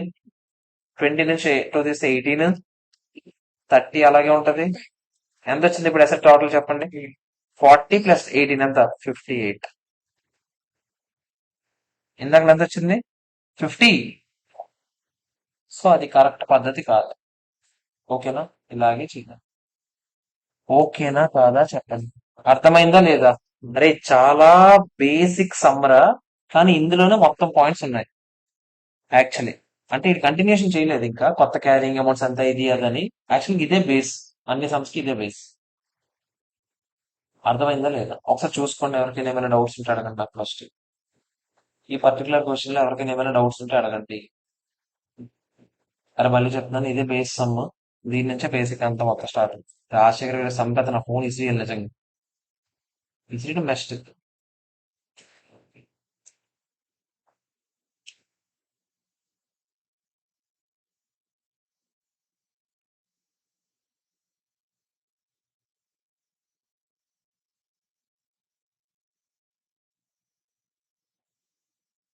ఫస్ట్ మీకు ఇలాంటి కామన్లీ వాడే అసెట్స్ ఏమైనా ఉంటే ముందు మీరు ఏం చేయాలి? అన్ని CGL కి డివైడ్ చేయాలి. ఏ రేషియోలో? వాటి క్యారింగ్ అమౌంట్స్ రేషియోలు. తర్వాత ఇండివిజువల్ కి ఇంపైర్మెంట్ చేయాలి. ఆ ఇంపైర్మెంట్ ని మళ్ళీ వాళ్ళకి పంచాలి. ఎలా పంచాలి? మళ్ళీ సేమ్ క్యారింగ్ అమౌంట్స్ రేషియో పంచాక అప్పుడు ఫైనల్ ఇంపైర్మెంట్ లాస్ ఎంత తెలుసుకోవాలి. తెలుసుకున్న తర్వాత అప్పుడు మీరు లాస్ట్ కి ఏం చేయాలి? Original carrying amounts minus these impairment losses. ఓకేనా కాదా చెప్పాలి నాకు. ఎవరికైనా ఏమైనా డౌట్ ఉంది? Okay, clear. 9 సమ్ చూడు. A machine has suffered physical damage but ఈ స్టిల్ వర్కింగ్. ఓకే, బాగానే పనిచేస్తున్నారు. Although not well as before, అంటే ముందు పనిచేసినంత బాగా కాకపోయినా పనిచేస్తుంది. Machine fair value less cost అసలు తగ్గిపోతే లేదా చెప్పండి? తగ్గిపోయింది. Is less than its carrying amount. The machine does not generate independent cash flows. Independent గా అదేం చేయలేదంట, ఏం పేగలేదంట. అంటే ఇది ఒకటే ఒక క్యాష్ జనరేటింగ్ యూనిట్ అవుతుందా అవదా? అవదు. ఇండిపెండెంట్ గా ఏం పేగలేదని చెప్పింది కదా. ఇది ఇంకొంత కలిస్తే క్యాష్ జనరేటింగ్ యూనిట్ అవుతుంది లేదా? ఆడే చెప్పాడు. Smallest identifiable assets that includes the machine అంటే ఏంటి? Cash generating unit. మీకు చెప్పాను కదా ఇందాక నుంచి ఒక పదం వాడుతున్నాను, smallest group of assets. When they combine they will be able to generate cash flows and generates cash inflows that are largely independent of cash inflows from other assets is the production line to which the machine belongs. ఇక్కడ CGU ఏంటంట? ఒక production line అంతా, ఒక production line లో వాడే machines అన్ని కలిపితే cash generate చేయగలిగే క్యాపబిలిటీ ఉందంట. ఇండివిజువల్ మెషిన్ అయితే ఏం లేదంట. ఆడే చెప్పండి, it is the production line to which that machine belongs. అంటే మెషిన్ ఏ ప్రొడక్షన్ లైన్ కి సంబంధించిందో వాటిలో ఉన్న అన్ని అసెట్స్ కలిపితేనే అదొక క్యాష్ జనరేటింగ్ యూనిట్ అవుతుంది అని వాడు చెప్పాడు. ఓకేనా కాదా చెప్పండి? The recoverable amount of the production line ఏం చెప్తున్నాడు? బానే ఉంది, production line as a whole చూస్తే ఇంపైర్మెంట్ ఏం లేదని చెప్తున్నాడు. ఇక్కడ సిచ్యువేషన్ అర్థమైందా? ఇండివిజువల్ గా చూస్తే ఆ పర్టికులర్ అసెట్ ఏమో దెబ్బ అయిపోయింది. ఓవరాల్ గా చూస్తే ప్రొడక్షన్ లైన్ బానే ఉంది, ఏం కాలేదు అన్నట్టు ఉంది. ఓకేనా కాదా? మీకు సిచ్యువేషన్ అర్థమైందా లేదా చెప్పండి? లోపలేమో లాంగ్ నొటారం, పైన పట్టారు. ఓకేనా కాదా చెప్పండి? బయట అంతా బానే ఉందిరా బయట నుంచి చూస్తే, కానీ లోపల మాత్రం ఒక అసెట్ దెబ్బ అయిపోయింది అందరూ. ఇప్పుడు అర్థమైంది సిచ్యువేషన్. ఇప్పుడు ఏం అడుగుతున్నాడు? అజంప్షన్ 1. అసలు ఫస్ట్ క్వశ్చన్ ఏంటంటే how to account for the impairment loss ఎంత అని చెప్పాడు. క్వశ్చన్ అందులో అజంప్షన్ 1 ఏంటి చూడండి. Budgets or forecast approved by the management reflect no commitment of management to replace the machine. Machine management కి అయితే ఎటువంటి కమిట్మెంట్ లేదు, మెషిన్ రీప్లేస్ చేయాలనే థాట్ లేదు, ఇంటెన్షన్ లేదు, వాళ్ళు ఏమి స్టెప్స్ తీసుకోలేదు, ఏం చేయలేదు. ఇది ఒక అజంప్షన్ నెంబర్ 1. దీని ప్రకారం ఒక ఆన్సర్ చేయమంటున్నాడు. అజంప్షన్ 2 ఏంటి తెలుసా? బడ్జెట్స్ ఫోర్కాస్ట్ చూస్తే మేనేజ్మెంట్ క్లియర్ గా అర్థమవుతుంది. ఏమని అర్థమవుతుంది? వాళ్ళైతే ఈ మెషిన్ రీప్లేస్ చేసి అమ్మేద్దాం అని అనుకుంటున్నారు. రెండు విధాల థాట్స్ ఉండొచ్చు కదా, అవునా కదా చెప్పండి. Cash flows from continue use of machine until dispose or estimated to be negligible. అంటే వాళ్ళు ఏమనుకుంటారు? దీన్ని డిస్పోజ్ చేస్తే తప్ప దీని నుంచి ఉపయోగం లేదని వాళ్ళు ఆలోచిస్తున్నారు. ఇది ఒక అజంప్షన్. ఫస్ట్ దాంట్లో ఏంటి? అదే వాడదామనే అజంప్షన్. రెండు అజంప్షన్స్ ఉన్నాయా లేదా చెప్పండి? రెండు అజంప్షన్స్ జాగ్రత్తగా తెలుసుకోవాలి. అని లేపడి అడ్మన్స్ వెళ్ళరా మొహం కడుకొని రైలు. ఇంపార్టెంట్ క్వశ్చన్ రా అని చెప్పాను నేను. చంపుతున్నారా నాకు అందరు బ్యాచ్. అయితే అతి గురించి లేపుతాను. దేనికి? ఒకసారి జాగ్రత్తగా చూడండి. ఇప్పుడు అజంప్షన్ 1, అజంప్షన్ 2 రెండు రకాల అజంప్షన్స్ ఉన్నాయి. ఓకేనా కాదా చెప్పండి. ఇప్పుడు జాగ్రత్తగా వినండి. ఇప్పుడు నేను రెండింటికి రెండు ఆన్సర్లు చెప్తాము, ఒకసారి జాగ్రత్తగా వినండి. ఫస్ట్ క్వశ్చన్ ఏంటో చెప్పండి. Recoverable amount of the machine clear గా తెలుస్తుందా? ఓన్లీ మెషిన్ అలౌన్ ఒక్కటే తెలుస్తుందా రికవరబుల్ అమౌంట్? తెలియదు. అవునా కదా చెప్పండి. ఆడు ఏం చెప్పాడు? మేనేజ్మెంట్ కి అయితే ఎటువంటి ఇంటెన్షన్ లేదు, రీప్లేస్ చేసే ఉద్దేశము లేదు, ఏమీ చెప్పట్లేదు. అవునా కదా చెప్పండి. సో చాలా చూడండి. మెషిన్ ని వాడదామని అనుకుంటున్నారు. అవునా కదా? మెషిన్ వాడదామని అనుకుంటారు. ఫస్ట్ అజంప్షన్ ఏంటి? మెషిన్ అయితే అమ్మము, మేమే వాడతామని అంటున్నారా లేదా చెప్పండి. మెషిన్ మీరే వాడదామని అనుకుంటున్నారా లేదా? So machines value in use may differ from its fair valueless cost to cell. Machine మీరే వాడదామని అనుకుంటున్నారు. అలాంటప్పుడు మీ దగ్గర యాక్చువల్ గా ఇది అమ్మితే ఎంత వస్తుందో తెలుసు మీకు. అది చెప్పాడు కదా, machines fair valueless cost to cell is less than carrying amount అని చెప్పాడా లేదా చెప్పండి. అది అంటే దీని అర్థం ఏంటి? ఇది అమ్మితే ఎంత వస్తుందో మీకు తెలుసు. కానీ రికవరబుల్ అమౌంట్ కావాలంటే అదొకటే సరిపోద్దా? రికవరబుల్ అమౌంట్ ఏం కావాలి? Higher of value in use or fair value less cost to sell. Value in use ఎంత తెలుసా? తెలియదు. అవునా కదా చెప్పండి. Value in use can because the machine's value in use may differ from its fair value less cost to sell. So value in use మారచ్చు కదా, fair value less cost to sell ఉండాలని rule ఉందా? లేదు. And can be determine only for the CGU to which the machine belongs. కొన్ని value in use కనుక్కుందామంటే దీని ఒక్కదానికి ఏమైనా ఉపయోగం ఉందా? ఉపయోగం లేదు. ఎందుకు? ఇది ఒక క్యాష్ జనరేటింగ్ యూనిట్ అవుతుందా? అవదా? అవదని చెప్పాడు. అంటే దీన్ని ఇంకో దాంతో కలిపితే గానీ వాల్యూ ఇన్ యూస్ తెలుస్తుందా? తెలిసే ఛాన్స్ లేదు. ఇదా fair value in use individual గా తెలుసా? తెలీదు. కొన్ని లెక్కెడదామంటే అది ఇంకో దాంతో కలిపితే గానీ లెక్కట్లేదు. కొన్ని ఏమైనా value in use same fair value less cost ఎలా ఉంటుంది రాసిపెట్టి ఇవ్వగలవు నువ్వు? చెప్పలేరు. అవునా కాదా చెప్పండి. సిచ్యువేషన్ అర్థమైందా మీకు? ప్రొడక్షన్ లైన్ ఏమో బయట నుంచి చూస్తే ఏముంది? అంత బాగానే ఉంది. ఇంపైర్మెంట్ ఏమైనా ఉందా బయట నుంచి? ప్రొడక్షన్ లైన్ మొత్తానికి చూస్తే ఏం లేదు. దేర్ఫోర్ ఇంపైర్మెంట్ లాస్ ఏమైనా రికాగ్నైజ్ చేయాల్సిన అవసరం ఉందా? No impairment loss is recognised by the machine. ఓకేనా కదా? నెవర్ లెస్ ఆగండి. The entity may need to reassess the depreciation period. కావాలంటే ఇంకేం చేయొచ్చు మీరు? ఇంపైర్మెంట్ లాస్ అయితే రికాగ్నైజ్ చేయొద్దు, కానీ ఇంకేం చేయొచ్చు మీరు? ఆ మెషిన్ ఉంది కదా, ఆ మెషిన్ తాలూకా estimated useful life, estimated residual వాల్యూలు ఇవన్నీ మార్చుకోవచ్చా లేదా? Change in accounting estimates. ఏ ఎఫెక్ట్? రెట్రోస్పెక్టివ్ ఎఫెక్టా ప్రాస్పెక్టివ్ ఎఫెక్టా? అకౌంటింగ్ ఎస్టిమేట్స్ ప్రాస్పెక్టివ్ గా మార్చుకోవచ్చా లేదా? సో దానివల్ల ఇంకొంచెం ఫాస్ట్ గా డిప్రిషియేట్ చేసేయచ్చు కదా. అదొక విధానమైనా కాదా చెప్పండి. అవునా కదా చెప్పాలి. సో అలా చేసుకోవచ్చు. Perhaps shorter depreciation period, faster depreciation method ఇలాంటివి ఏమైనా చేశారనుకోండి, దానివల్ల ఏమైనా ఉపయోగం జరగవచ్చు అని చెప్తున్నాడు. అర్థమైంది ఆన్సర్ చేసే విధానం. ఫస్ట్ కేసు ఏంటి? అజంప్షన్ ఏంటి? ఫస్ట్ కేసులో మనమైతే అసెట్ అమ్మము, పక్కా వాడతాం, అదైతే క్లారిటీ ఉంది. అసెట్ అమ్ముతామని అంటే కొన్ని ఏదో అనుకోవడానికి, పక్కా వాడతామని అంటున్నాడు కదా. పక్కా వాడతామని అన్నప్పుడు వాల్యూ ఇన్ యూజ్ అని ఒకటి తగలడుతుంది. అవునా కదా? అది ఫెయిర్ వాల్యూ లెస్ కాస్ట్ అంతా సేమ్ ఉంటుందా? ఉండదు. పోనది లెక్కెడదామంటే దీని ఒక్కదానికి లెక్కెట్టగలమా? లెక్కెట్టలేము. ఎందుకు? ఇది ఒక క్యాష్ జనరేటింగ్ యూనిట్ కాదు. ఇది ఇంకో అసెట్ తో కలిస్తే గానీ దీని పెర్ఫార్మెన్స్ మనం చూడలేము. అవునా కదా చెప్పండి. సో లెక్కెట్టడానికి వీలు కుదరట్లేదు. అటు కాక ఇటు కాక ముందు నువ్వు వెనక్కి పోయి పరిస్థితి అయిపోయింది మనం. ఓకేనా కదా చెప్పండి. అలాంటి టైంలో మనం ఇంకేమైనా ఇంపైర్మెంట్ లాస్ చేస్తామా? చేయం.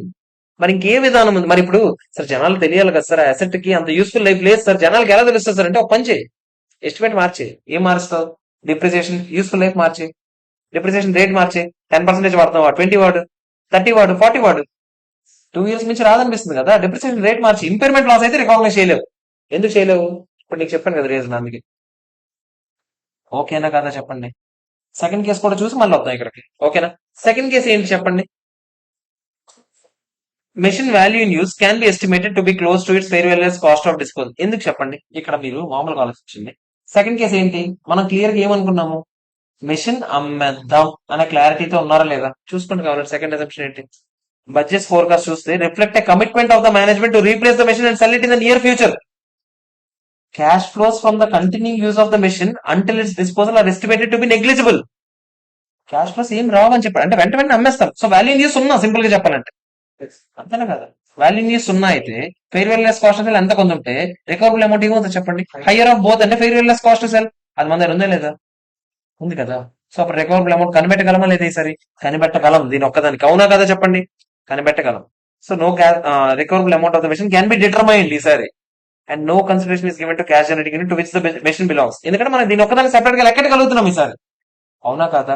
Because the machines fair value less cost cell is less than carrying amount. ఈసారి ఇంపార్ట్మెంట్ లాస్ రికగ్నైజ్ చేస్తామా చేయమా, చేస్తాం. ఎందుకు, మన దగ్గర అన్ని వాల్యూస్ ఉన్నాయి కదా. అవునా కాదా చెప్పండి, ఇది పాయింట్. ఓకేనా కాదా, అర్థమైందా లేదా, అయిపోయింది క్వశ్చన్ ఆన్సర్. ఇప్పుడు కన్క్లూజన్ ఏంట్రా అంటే ఒకసారి జాగ్రత్తగా చూడాలి. కన్క్లూజన్ ఏం చెప్తున్నాను నేను ఏమంటున్నానంటే, ఒక్క నిమిషం. హలో, ఉన్నావా, ఉన్నాడు. కన్క్లూజన్ ఏం చెప్తున్నానంటే, అరే ఒకవేళ గనక మీరు ఇండివిజువల్ గా బయటంతా బానే ఉందిరా, క్యాష్ జనరేటింగ్ అనే యూనిట్ యాజ్ ఎ హోల్ చూస్తే బానే ఉందిరా, లోపల ఏదో ఒక అసెట్ బొక్కడిపోయింది అనుకోండి, మీరు క్లియర్ గా asset taluka value in use, fair value less cost cell అన్ని లెక్కెట్టగలరు అనుకోండి. అంత క్లియర్ గా లెక్కెట్టగలుగుతున్నారు కదా, దాని ఒకదానికి ఇంపైర్మెంట్ చేస్తారా చేయరా, చేయండి. అన్ని ఉన్నాయి కదా మీ దగ్గర. అవునా కదా చెప్పండి. అప్పుడు పైన మొత్తం చూడకండి, ఇంకా అది ఒక్కదాన్ని చూసుకోండి. Okay clear. ఇంకో కేసు ఏంటి, ఉం? అర్థం కాదు, టైం పడుతుంది కానీ. ఇంకో కేసు ఏం చెప్పని చెప్పండి. ఇంకో కేసులో అమ్మేద్దామని ఫిక్స్ అయ్యారు క్లియర్ గా, లేదు అమ్మకూడదని ఫిక్స్ అయ్యారు. అమ్మకూడదని ఫిక్స్ అయితే దాని వాల్యూ ఇన్ యూజ్ లెక్కెట్టాలి. వాల్యూ ఇన్ యూజ్ లెక్కెడదామరా బాబు అంటే అది ఇండివిజువల్ గా ఏమైనా పేకగలదా, ఏం పేకలేదు. అది cash generating unit as a whole మాత్రమే ఏదైనా చేయగలదు. దాని ఒక్కదానికి ఏమైనా వాల్యూ ఇన్ యూజ్ ఉందా, లేదు. అలాంటప్పుడు ఎలా లెక్కెడతాము, అది లెక్కెట్లేము, అలా జీరో అని తీసుకోలేము. ఎంతో కొంత వాల్యూ ఇన్ యూజ్ ఉంది. అది fair value less cost cell కన్నా ఎక్కువ ఉండొచ్చు, తక్కువ ఉండొచ్చు. అలాంటప్పుడు రికవరబుల్ అమౌంట్ మెజర్ చేయగలమా, చేయలేము. రికవరబుల్ అమౌంట్ మెజర్ చేయలేకపోతే ఇంపైర్మెంట్ లాస్ చేస్తామా. మరి ఆల్టర్నేటివ్ ఏంటని చెప్పాను, డిప్రిసియేషన్ రేట్లు మార్చండి, లైఫ్ మార్చండి, ఇలాంటివన్నీ మార్చండి. క్లియరా, అర్థమైందా లేదా చెప్పండి. చాలా చాలా చాలా ఇంపార్టెంట్ క్వశ్చన్. ఓకేనా కాదా చెప్పాలి నాకు. ఓకే, 10th క్వశ్చన్కి వెళ్ళొచ్చా. ఒకసారి చూడండి 10th క్వశ్చన్, పెద్ద క్వశ్చన్ ఇది. ఇది పెద్ద క్వశ్చన్స్, అన్ని పెద్దగా స్టార్ట్ అయిపోయినట్టున్నాయి. చిన్న కొన్ని ఉన్నాయి, అవి చేసేద్దాం ఫస్ట్. 14 నుంచి 14 నుంచి 20 వరకు చూడండి. 14th క్వశ్చన్ చూడండి. 14th క్వశ్చన్ చూడాలి. 13th వరకు కూడా చేయొచ్చు యాక్చువల్లీ. 13th వరకు చూద్దాం. జర్నల్ ఎంట్రీస్ మనకు తెలుసు కదా, చూద్దాం. 13th వరకు చూడండి. ఇప్పుడు వరకు ఎక్కడ వరకు చేసాం మనం, ఎన్ని పేజెస్ చేసాం, 9 చేసామా, అందులో ఒకటి వదిలేసాం, అది ఇన్కమ్ ట్యాక్సెస్ తో చెప్తానన్నా. అంటే 10, 11, 12 వదిలేం మళ్ళీ, అంతేనా. 13th వచ్చా. 13 చూడండి. Venus Limited has an asset which is carried in the balance sheet. ఎంతంట, 500 lakhs. హ్యాపీ. 500 lakhs ఏంటి, 500 lakhs carrying amount. Recoverable amount ఎంత చెప్పండి, అది చూసి. 400 ఏనా, ఎందుకు, higher of 400. Impairment loss recognise చేస్తారా చేయరా, ఎంత, 100 lakhs. అవునా కాదా, ఆడు ఏమడిగాడు, క్యాలిక్యులేట్ ఇంపైర్మెంట్ లాస్, అయిపోయిందా లేదా ఆన్సర్, ఎంత, 100 lakhs. దానికి ఏదో పెద్ద ఓవర్ యాక్షన్ చేశారు, స్టెప్ 1, 2, 3 అని. అదే నాకు అవసరం లేదు, 100 lakhs. ఓకేనా కదా. Prepare journal entries. ఏంటో చెప్పండి, ఫస్ట్ ఎంట్రీ ఏంటి, impairment loss to impairment loss to asset అయినా కదా చెప్పండి ఫస్ట్ ఎంట్రీ. తర్వాత ఇంపైర్మెంట్ లాస్ ఎక్కడితో వస్తుందని చెప్పాం, 300 టు ఇంపైర్మెంట్ లాస్. ఈ మాత్రం చేయగలమా లేదా చెప్పండి. ఇక పైన డిప్రిసియేషన్ ఇచ్చాడు అనుకోండి, యూస్ఫుల్ లైఫ్ అని ఇచ్చుంటే మనం ఏం చేసి ఉండేవాళ్ళం, నెక్స్ట్ డిప్రిసియేషన్ కూడా లెక్కెట్టి ఉండేవాళ్ళం. అది ఏమి ఇవ్వలేదు కాబట్టి తెలుసు. ఓకే క్లియర్, క్లియర్ అయినా కదా. 14th చూద్దామా, ఒక అవతారం ఆయన. 14th చూడండి. 14th చూడండి. క్వశ్చన్ ఏంటో చదవాలి.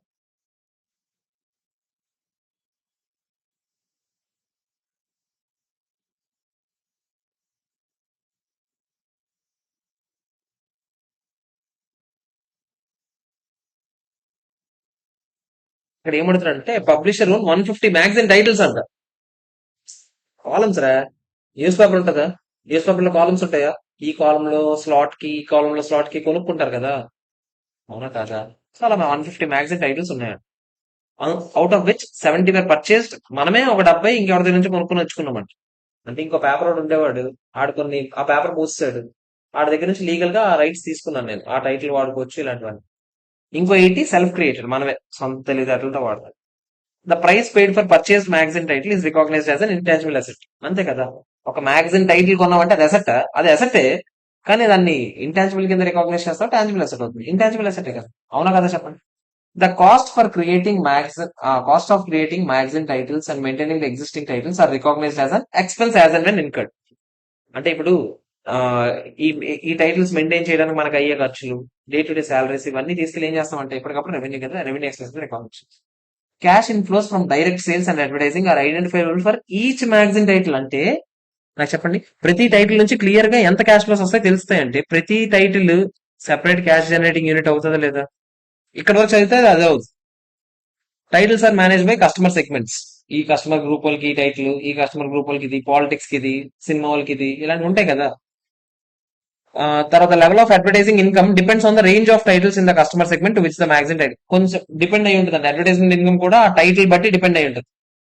ఇప్పుడు ఆ టైటిల్ కాలం ఎక్కడ ఉందో చూసుకొని దాన్ని బట్టి అడ్వర్టైజింగ్ ఇన్కమ్ ఎంత అనేది డిపెండ్ అయి ఉంటుంది. Okay. Management has a policy to abandon old titles before the end of their economic lives and replace them immediately with the new titles. ఏదైనా ఒక టైటిల్ పనికిరాదని అనిపిస్తే పాత టైటిల్ క్లోజ్ చేసి ఇంకో ఫ్రెష్ టైటిల్ తో స్టార్ట్ చేసి మళ్ళీ ఎప్పటిలాగా చేస్తాం. ఇప్పుడు క్యాష్ జనరేటింగ్ యూనిట్ ఏంటి అని అడుగుతున్నాడు. ఏంటో చెప్పండి. Separate title of cash generating unit, news paper as a whole cash generating unit, separate title of cash generating unit. ఇప్పుడే ఆయన క్లియర్ గా చెప్పాడు ఒక్కొక్క టైటిల్ కి ఎంత క్యాష్ ఫ్లోస్ వస్తాయి మనకు క్లియర్ గా తెలుసు అని చెప్పాడా లేదా? అప్పుడు మనం ఏం చెప్తాం? ఏది ఇన్ ఎడిషన్, ఇది it is likely that recoverable amount of individual magazine title clear గా అసెస్ చేయగలమా లేదా? ఎందుకు చెప్పండి? రికవరబుల్ అమౌంట్ కూడా క్లియర్ గా తెలుస్తుంది. ఎందుకు చెప్పండి? ఏదైనా టైటిల్ బాగోపోతే అది ఒక్కటే అమ్మేస్తామని చెప్పాడా లేదా చెప్పండి? అలాంటప్పుడు అన్ని క్లియర్ గా తెలుస్తున్నాయి కదా. అప్పుడు సెపరేట్ టైటిల్ మనం ఒక క్యాష్ జనరేటింగ్ యూనిట్ కింద ట్రీట్ చేస్తాం. Each magazine title is a separate cash generating unit. ఓకేనా కాదా చెప్పండి? క్లియర్. 15th క్వశ్చన్ చూద్దామా? చదవాలి. మైనింగ్ ఎంటిటీ ఓన్స్ ఏ ప్రైవేట్ రైల్వే. ఏదో రైల్వే కూడా ఉందంట వాళ్ళ దగ్గర. To support it's mining activities. అంటే రైల్వేస్ ఎందుకు వేసాం మనం? ట్రాక్ ఎందుకు వేసాం? ఆ ఫ్యాక్టరీకి తీసుకురావడానికి. ఇలాంటివి ఒకటి చేసాం మనం ఇప్పుడు. Private railway could be sold only for scrap value. దానికైతే does not generate cash inflows that are large. ఆడే చెప్తాడు క్లియర్ గా. దాని నుంచి అయితే ఇండివిజువల్ ఎటువంటి పైసా ఉపయోగం లేదని. ఓకేనా? ఇప్పుడు రికవరబుల్ అమౌంట్ ఎంత ప్రైవేట్ రైల్వేకి క్లియర్ గా కనుక్కోగలరా లేదా చెప్పండి? ఓన్లీ ప్రైవేట్ రైల్వేస్ కనుక్కోగలమా? రికవరబుల్ అమౌంట్ కనుక్కోలేము. ఎందుకు? ఆడే చెప్పాడు కదా, ప్రైవేట్ రైల్వేస్ నుంచి ఇండివిజువల్ గా నువ్వేం పేకలేవు. మరి అలాంటప్పుడు దీనికి క్యాష్ జనరేటింగ్ యూనిట్ అంటే ఏంటంటే మీరు ఏం చెప్పాలి? మొత్తం మైన్ యాజ్ ఎ హోలే కదా cash generating unit. So the recoverable amount of cash generating unit to which the private railway belongs అంటే the mine as a whole. Answer అర్థమవుతుందా మీకు? దాని నుంచి ఇండివిజువల్ గా ఏమైనా పేయగలరా లేదా? అది పాయింట్ ఇక్కడ. ఓకేనా కదా చెప్పండి. 16th క్వశ్చన్ చూస్తారా? జాగ్రత్తగా చూడండి, ఇంపార్టెంట్ క్వశ్చన్. అరే నీకు చంపేస్తాను రా నువ్వు ఫోన్ పక్కన పెట్టకపోతే. పెట్ట పక్కన. సోదిగడివి. చూడండి ఒకసారి 16th క్వశ్చన్. అంత సొమ్ము చెప్తా మళ్ళీ ఫోన్ వాడతాం సిగ్లాగా. చూడండి ఇక్కడ బస్ కంపెనీ ఉందంట. Provide service under contract with municipality. Okay. That requires minimum service of each of the 7 separate roots. ఓకేనా? తర్వాత సెపరేట్ రూట్స్ క్లియర్ గా మనకి ఏం చెప్తాం? మినిమం సర్వీస్ అని చెప్తున్నాడు. అంటే నడిపితే ఎన్ని నడపాలి? 7 రూట్లలో బస్సులు నడపాల్సిందే. అదే కాంట్రాక్ట్. జీవీఎంసీ వాళ్ళతో కాంట్రాక్ట్ ఉందనుకోరా, నడిపితే 7 రూట్లను నడపాలని చెప్పాడు. Okay. Assets devoted to each route and cash flows can be. Assets అయితే కావాలంటే క్యాష్ ఫ్లోస్ క్లియర్ గా తెలుస్తాయి సెపరేట్ గా. One of the routes operate అయితే significant loss. Should the company ఇప్పుడు ఇండివిజువల్ గా ఒక రూట్ కనుక్కోవాలా లేకపోతే క్యాష్ జనరేటింగ్ యూనిట్ ఏంటి అని అడుగుతుంది. మీరు నాకు చెప్పండి. మనం మామూలుగా క్యాష్ ఫ్లోస్ అయితే సెపరేట్ గా తీసుకోగలం, అవునా? కానీ ఇప్పుడు మీరు ఏదైనా ఒక రూట్ ఆపియాలంటే ఆపగలరా?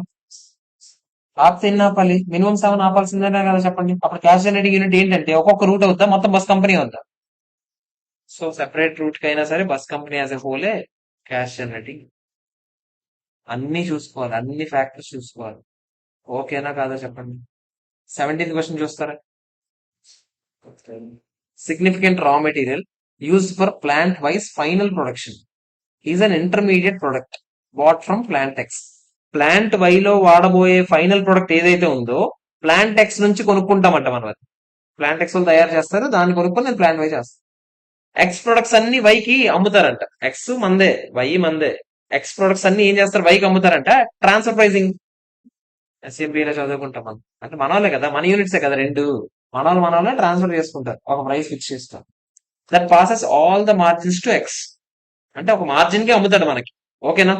80% ఆఫ్ ద ఫైనల్ ప్రొడక్షన్ ఈ sold to customers out side of the entity. నేనేం చేస్తాను, ఇప్పుడు వై ఉన్నాను కదా నేను, వై ఏం చేస్తాడంట, ఇవన్నీ తీసుకెళ్లి ఎవరికి అమ్ముతాడు, బయట 80% బయట అమ్ముతాడు. 60% ఆఫ్ ఎక్స్ ఫైనల్ ప్రొడక్షన్ ఈ సోల్డ్ టు వై. మరి ఎక్స్ నుంచి కొనుక్కుంటున్నాడు కదా, మీకు గుర్తుందా? ఎంత కొనుక్కుంటున్నాడంట? 60% కొనుక్కుంటున్నాడంట. 40% ఎవరికి అమ్ముతుందంట, బయట వాళ్ళకి అమ్ముతున్నారు. ఓకేనా కాదా చెప్పండి? అంటే ఎక్స్ దాని ప్రొడక్ట్స్ ని ఎవరెవరికి అమ్ముతుంది, బయట కస్టమర్స్ కి 40%, మన వాళ్ళకి ఎంత, 60%. ఇప్పుడు ఫాలోయింగ్ కేసెస్ లో క్యాష్ జనరేటింగ్ యూనిట్స్ ఏంటో చెప్పండి, ఇండిపెండెంట్ కేసెస్ లో. జాగ్రత్తగా వినండి, ఒక్కొక్క కేసు మాట్లాడు. First case, X could sell the products it sells to Y in an active market. కావాలంటే వై గాడు కొన్నా అంటే నేను కావాలంటే బయటికి వెళ్ళి అమ్ముకోవచ్చా లేదా, హ్యాపీగా అమ్ముకోగలంట, నాకు ఆ సత్తా ఉందంట. ఓకేనా? And internal transfer prices are higher than market prices. ఇప్పుడు ఏంటి పరిస్థితి అడుగుతుంది, మీరు నాకు చెప్పండి. ఎక్స్ గడికి సత్తా ఉందా లేదా? ఉంది. కాబట్టి ఎక్స్ గడి క్యాష్ జనరేటింగ్ యూనిట్ ఏంటంటే ఎక్స్ అని చెప్తామా, ఎక్స్ వై కలిపి అని చెప్తామా? ఎక్స్ ఒకటే. అవునా కదా చెప్పండి? ఎందుకంటే it is likely that X is separate cash generating unit, దానికి సత్తా ఉంది కదా. అవునా కాదా? మరి వై గడి పరిస్థితి ఏంటో చెప్పండి. వై గడికి ఎలాగో సెపరేట్ క్యాష్ జనరేటింగ్ యూనిట్ ఎందుకు చెప్పండి? వాడు కొనుక్కొని వాడు 80% ఆఫ్ ద యూనిట్స్ ఎవరికి అమ్ముతున్నాడు, బయట కస్టమర్స్ అమ్ముతున్నాడా లేదా? అవునా కదా చెప్పండి? సో వాడు కూడా క్లియర్ గా లార్జ్లీ ఇండిపెండెంట్ అయినా కాదా చెప్పండి? సో వీడు కూడా ఏమవుతుందో చెప్పండి, సెపరేట్ క్యాష్ జనరేటింగ్ యూనిట్ అయినా కాదా? ఓకేనా కాదా? అర్థమైందా లేదా చెప్పండి. తర్వాత ఏమంటున్నాడంటే, ఇప్పుడు ఇంటర్నల్ ప్రైసింగ్ జరిగింది కదా, దీనివల్ల ఎఫెక్ట్ ఏమైనా ఉంటుందా అంటే, ఇప్పుడు మీరు రికవరబుల్ అమౌంట్ ఎస్టిమేట్ చేయాలంటే రికవరబుల్ అమౌంట్ ఎలా క్యాలిక్యులేట్ చేస్తారు చెప్పండి? Higher of fair value less cost value, అవైతే దొరుకుతాయి. వాల్యూ ఇన్ యూజ్ కావాలి కదా, వాల్యూ ఇన్ యూజ్ కోసం మీరు ఏం చేస్తారు, ఫ్యూచర్ క్యాష్ ఫ్లోస్ అన్నిటికీ ఏం చేస్తామని చెప్పాను, present value. Future cash flows లో కొన్ని ప్రైజెస్ ఏ ప్రైజెస్ ఉన్నాయి, ఇంటర్నల్ ప్రైజెస్ ఉన్నాయి. ఎక్స్ గురించి ఆలోచిస్తే ఎక్స్ గడ్ ఏం చేస్తున్నాడు, మొత్తం బయటికి అమ్ముతున్నాడా, కొన్ని మనవాళ్ళకి అమ్ముతున్నాడా, కొన్ని మనవాళ్ళకి అమ్ముతున్నాడా, కొన్ని మనవాళ్ళకి అమ్మే రేట్లు నిజమైన రేట్లా కాదని చెప్పాడు ఆడే. ఏమని చెప్పాడు చూసారా, transfer prices are higher than market prices. అలాంటప్పుడు వాల్యూ న్యూస్ అనవసరంగా ఎక్కువ ఉంది అనుకుంటామా లేదా చెప్పండి? అవన్నీ అడ్జస్ట్ చేసి లెక్కెట్టాలా లేదా? అవన్నీ అడ్జస్ట్ చేసి లెక్కెట్టాలని చెప్పేస్తున్నాడు అంతే. ఓకేనా కదా? ఫస్ట్ కేసు ఓకేనా కదా? అయిపోయింది first case answer. Second case ఏంటో చూద్దామా. There is no active market for the products X sell to Y. X కి మార్కెట్ లేదంటే, ఇప్పుడు ఎక్స్ కి మార్కెట్ లేదంటే ఇప్పుడు రికవరబుల్ అమౌంట్ ఎంత అంటే, ఇప్పుడు మీరు ఏం చెప్తారు చెప్పండి, ఎక్స్ కి మార్కెట్ వాల్యూ లేదు, మార్కెట్ లేదు. ఫస్ట్ అసలు క్యాష్ జనరేటింగ్ యూనిట్ ఏమవుతుంది చెప్పండి? ఎక్స్ ఒకటే ఒక క్యాష్ జనరేటింగ్ యూనిట్ అవుతుందా? అవ్వదు. ఎందుకు, ఎక్స్ ఒకటే ఏమైనా పేయగలదా? ఏం పేయలేదు. ఎక్స్ వై కలిస్తేనే కదా ఏమైనా పేయగలరు. అవునా కదా చెప్పండి?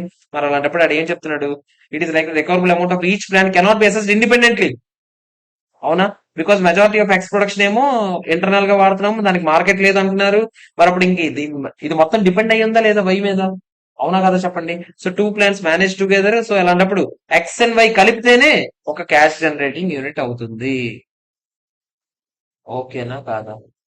అర్థమైందా లేదా చెప్పాలి. థియరీ క్వశ్చన్స్ రా, అన్ని థియరీ క్వశ్చన్స్ రా. ఓకేనా కాదా? అర్థమైందా లేదా చెప్పండి. నెక్స్ట్ క్వశ్చన్ చూద్దామా. ఏదిరా,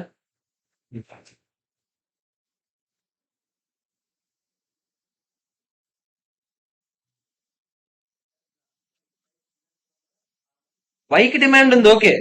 కానీ వైకి డిమాండ్ ఉంది, వైకి ఏం కావాలి, ఎక్స్ కావాలి. ఎక్స్ కి ఏమో డిమాండ్ ఉందా, లేదు. సో ఎక్స్ వై కలిస్తేనే పని అవుతుందా లేదా? ఓకేనా కాదు? క్లియర్. 18th క్వశ్చన్ చూద్దామా. చూడండి 18th question. X Y Z limited produces a single product and owns 3 plants, 1, 2, 3. Each plant ఒక్కొక్క ప్లాంట్ ఒక్కొక్క కంట్రీలో ఉందంట. Plant 1 produces a component that is assembled in plant 2 or 3. అంటే ప్లాంట్ 1 తయారు చేసేది ఏమైనా డైరెక్ట్ గా అమ్మగలుగుతుందా? ఏం పేకలేదు. 2 గానీ 3 గానీ కలాల్సిందే. అవునా కదా చెప్పండి. ఏం చెప్పిన తర్వాత, combined capacity of plant 2 and 3 is not fully utilized. Okay. XYZ products are sold worldwide. Plant 2 నుంచి అమ్మొచ్చు, 3 నుంచి అమ్మొచ్చు, ఎక్కడి నుంచి అయినా అమ్మొచ్చు. ఆర్డర్ వస్తే ఎక్కడి నుంచి అయినా పంపిస్తాను. Plan 2 production can be sold in plan 3 country. ఓకేనా? If the products can be delivered faster from plan 2 than from plan 3. అంటే ప్లాన్ 2 లో ఉన్న కంట్రీలో ప్లాన్ 3 కంట్రీ ప్లాన్ 2 ప్లాన్ 3 రెండు వేరు వేరు కంట్రీస్ లో ఉన్నాయా? ప్లాన్ 2 యుఎస్ లో ఉందనుకో, ఏదైనా ఆర్డర్ వచ్చిందనుకో, ప్లాన్ 2 కొంచెం బిజీగా ఉందనుకో, ప్లాన్ 3 నుంచి పంపిస్తామంట. అంటే అటు తిట్టు ఇటు తట్టు అలాంటివి చేస్తూ ఉంటాం. ఓకేనా కదా? సింపుల్ గా చెప్పాలంటే అన్ని ఒకటే, అందరం ఒకలాగే బిహేవ్ అవుతున్నాం. అవునా కదా చెప్పండి. తర్వాత ప్లాన్ 2 ప్రొడక్షన్ అలాగే చెప్తున్నాడు.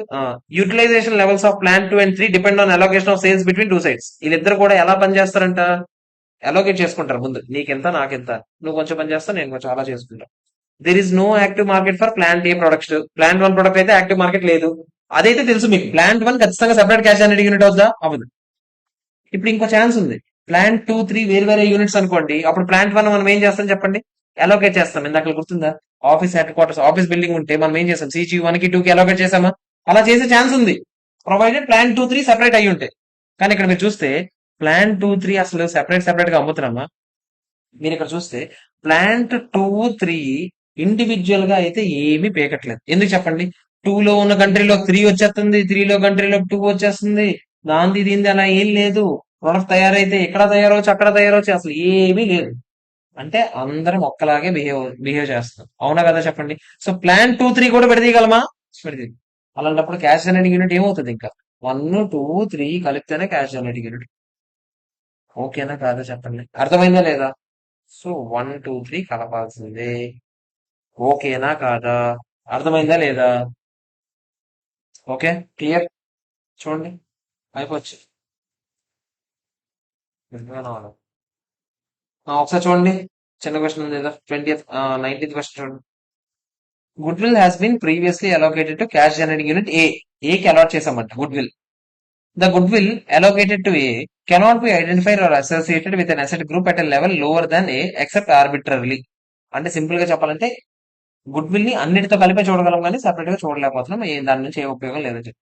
A is to be divided and integrated into 3 generating units. మళ్ళీ బిసిడి గా డివైడ్ చేసి చేసుకోవచ్చు అంట కావాలంటే. ఓకేనా? ఇప్పుడు గుడ్ విల్ బికి, సికి, డికి ఎలా అలోకేట్ చేయాలని అడుగుతాను. ఎలా అలోకేట్ చేస్తారు? తొక్క. ఆబ్వియస్లీ అలోకేట్ చేయాలా లేదా? చేయాలి. ఎందుకు? Good will ఒకటిదా? ఏలోనే ఉన్నాయి బిసిడి. మరి గుడ్ విల్ ఎవరిది? బిది, సిది, డిది. ఎలా అలోకేట్ చేస్తారు? ఏదో క్యారింగ్ అమౌంట్స్ ఏదో ఒకటి ఉంటుందా మనకి? ఆ రేషియోలో అలోకేట్ చేస్తారు. అంతే క్వశ్చన్, ఇంకేం లేదు. అలోకేట్ చేయాలా లేదా అంటే it is reallocated to BCD on the basis of the relative values. ఓకేనా కాదా చెప్పండి? అర్థమైందా లేదా? క్వశ్చన్ నెంబర్ 20 చూడాలి.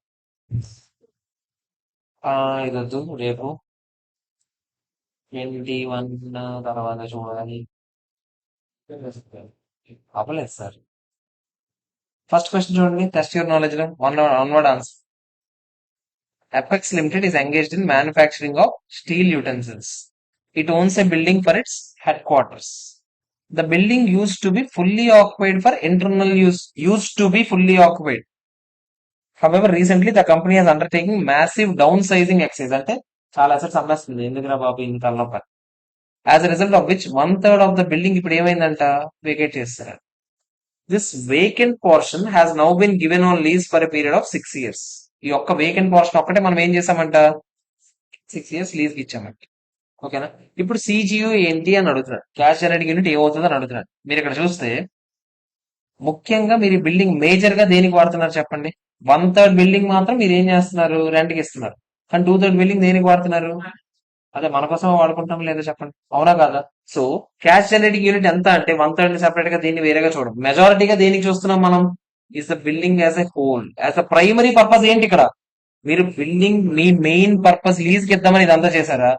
డౌన్ సైజింగ్ చేద్దామని చేశారా? డౌన్ సైజింగ్ అంటే ఏంటి? అంత నడపలేకపోతున్నాం, మన వల్ల కాదని చెప్పి మీరు తగ్గించుకుంటూ వచ్చారు. దాని వల్ల కొంచెం పోర్షన్ ఖాళీ అయింది. మీ మెయిన్ ఇంటెన్షన్ అయితే ఏంటి?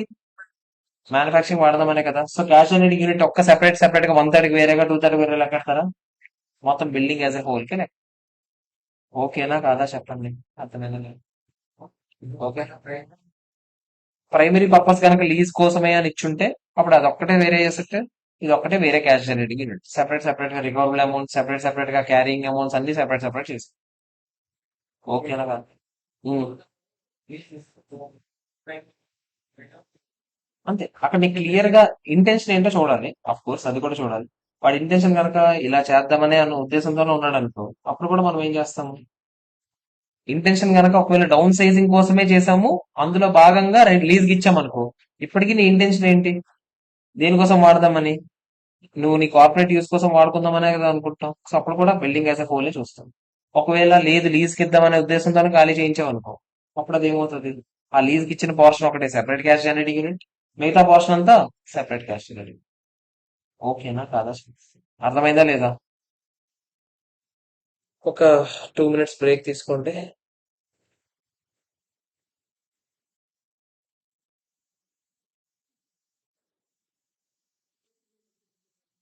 సో చాప్టర్ అబౌట్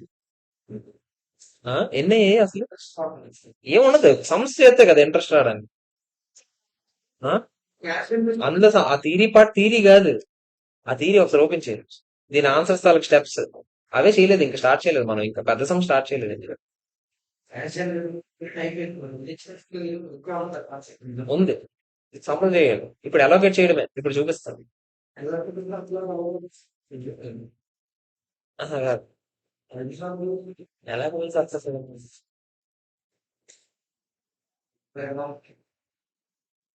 స్టార్టింగ్ లో ఎన్ని ఉందాం మనం?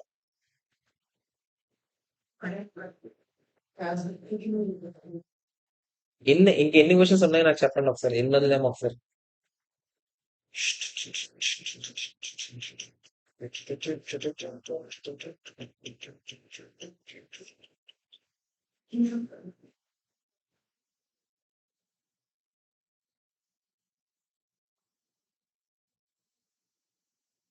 ఇక్కడ రెండు ఉన్నాయి.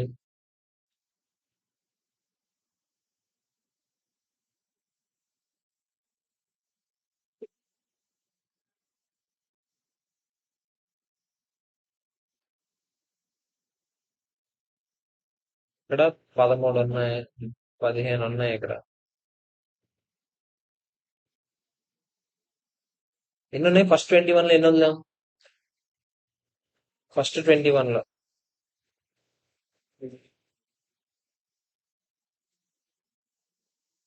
20, 21 వదిలాం కదా, రెండు. అక్కడ పైన మూడు వదిలాం, అంతేనా? రెండు, మూడు, ఐదు వదిలాం. ఇక్కడ 5, ఇక్కడ 15, 20 క్వశ్చన్లు ఉన్నాయి ఇంకా. అదే, అది అక్కడ డిఫర్ ట్యాక్స్ అయ్యాక 20 క్వశ్చన్స్ ఉన్నాయి. Okay.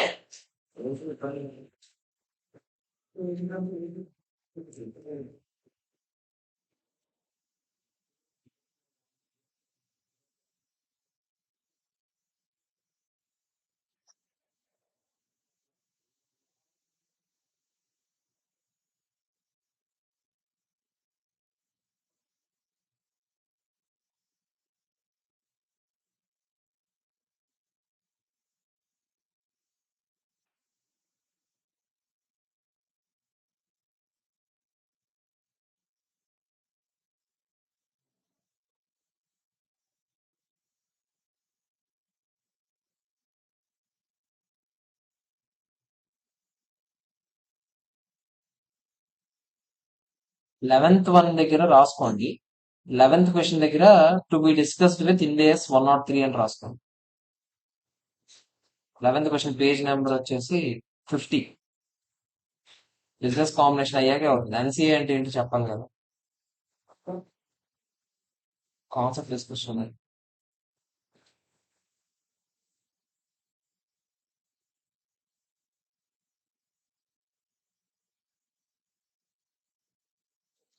10th one, 12th one, ఈ రెండు చేస్తే పెద్దవి రెండు అయిపోతాయి.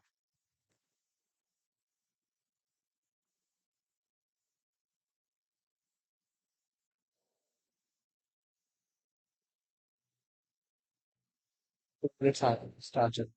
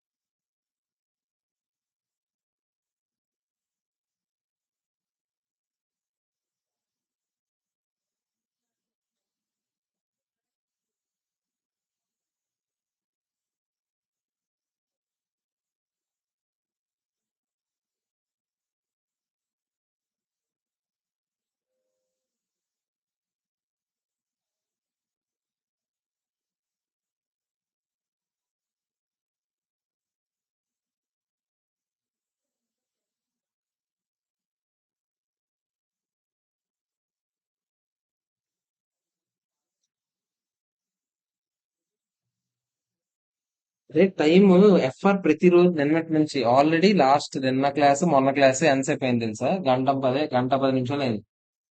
నువ్వు చూస్తుంది ఓవరాల్ డే, కానీ తీసుకున్నాడు ఆన్లైన్ లో తీసేది. ఆడనుకున్నా మనం కంప్లీట్ చేసుకోవాలి కదా సిలబస్.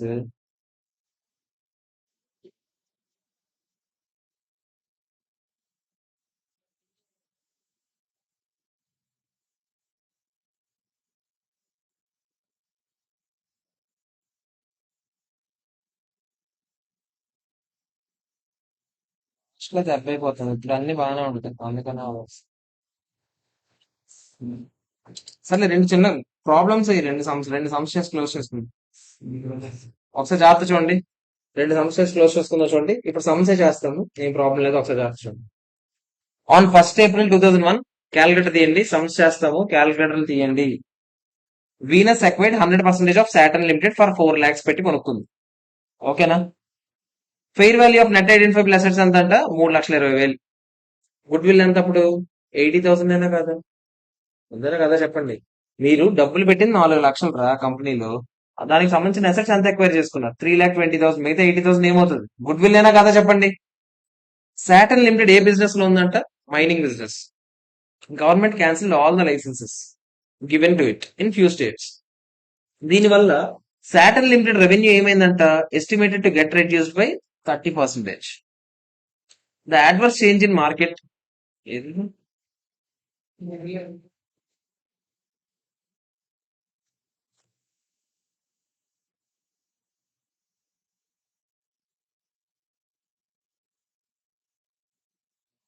చూడండి, ద అడ్వర్స్ చేంజ్ ఇన్ ఏదది the adverse change in marketplace and regulatory conditions is an indicator of impairment అని ఆడే చెప్తున్నాడు. ఇంపైర్మెంట్ టెస్ట్ చేయాలని ఆడే చెప్తున్నాడు. Has to estimate the recoverable amount లెక్క పెట్టారంట. లెక్క పెడితే ఏమని తెలిసిందంట, ఫస్ట్ దానికన్నా ముందు ఇంకేవో డీటెయిల్స్ ఇచ్చాడు. Venus Limited uses straight line depreciation వాడతాం మనం.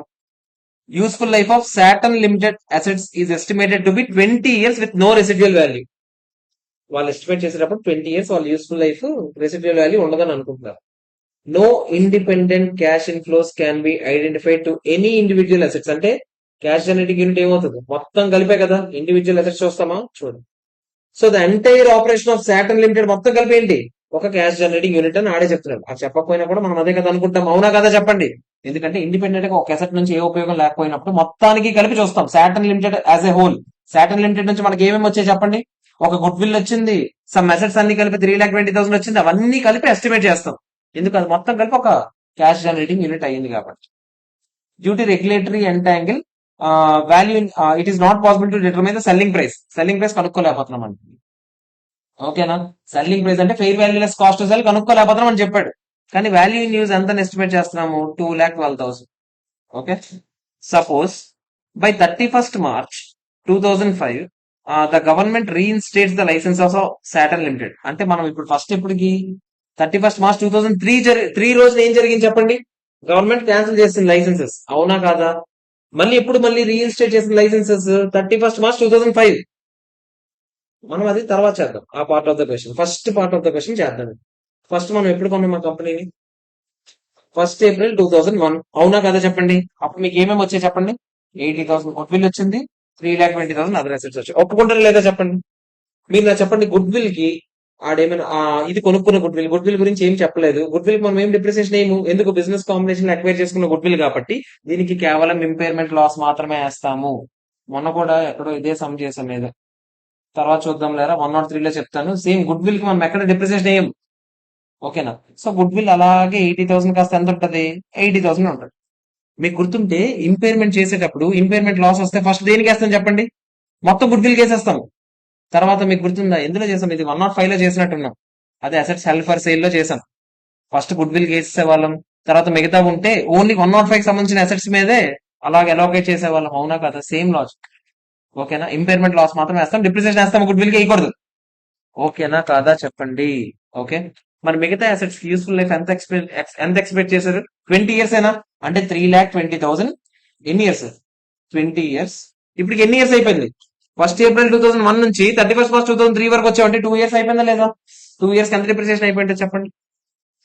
అంటే దాని తాలూకు బుక్ వాల్యూ ఎంత చెప్పండి, 3,20,000 లో 32 తీసేయండి, 2,88,000 అయినా కాదు, ఎంత వస్తుంది అప్పుడు మొత్తం బుక్ వాల్యూ, 2,88,000 ఏమో అది ఉంది, గుడ్ విల్ ఎంత ఉంది, 80 ఉంది, మొత్తం కలిపి ఎంత, 3,68,000. ఒప్పుకుంటారా లేదా చెప్పండి, ఓకేనా కదా. రికవరబుల్ అమౌంట్ ఎంత చెప్పండి, రికవరబుల్ అమౌంట్ అంటే ఏంటి, fair value less cost to sell or value in use whichever is higher అయినా కదా. సెల్లింగ్ ప్రైస్ ఏమో గవర్నమెంట్ రెగ్యులేట్ చేయడం వల్ల తెలుసుకోలేకపోతున్నాం, కానీ వాల్యూ ఇన్ యూజ్ తెలుసు కదా నీకు ఎంత, 2,12,000 అయినా కాదా చెప్పండి, అవునా కాదా. బుక్ వాల్యూ ఏమో 3,68,000, రికవరబుల్ అమౌంట్ ఎంత, 2,12,000, ఇంపైర్మెంట్ లాస్ ఎంత, 1,56,000. ఒప్పుకుంటారా లేదా చెప్పండి, ఓకేనా కదా.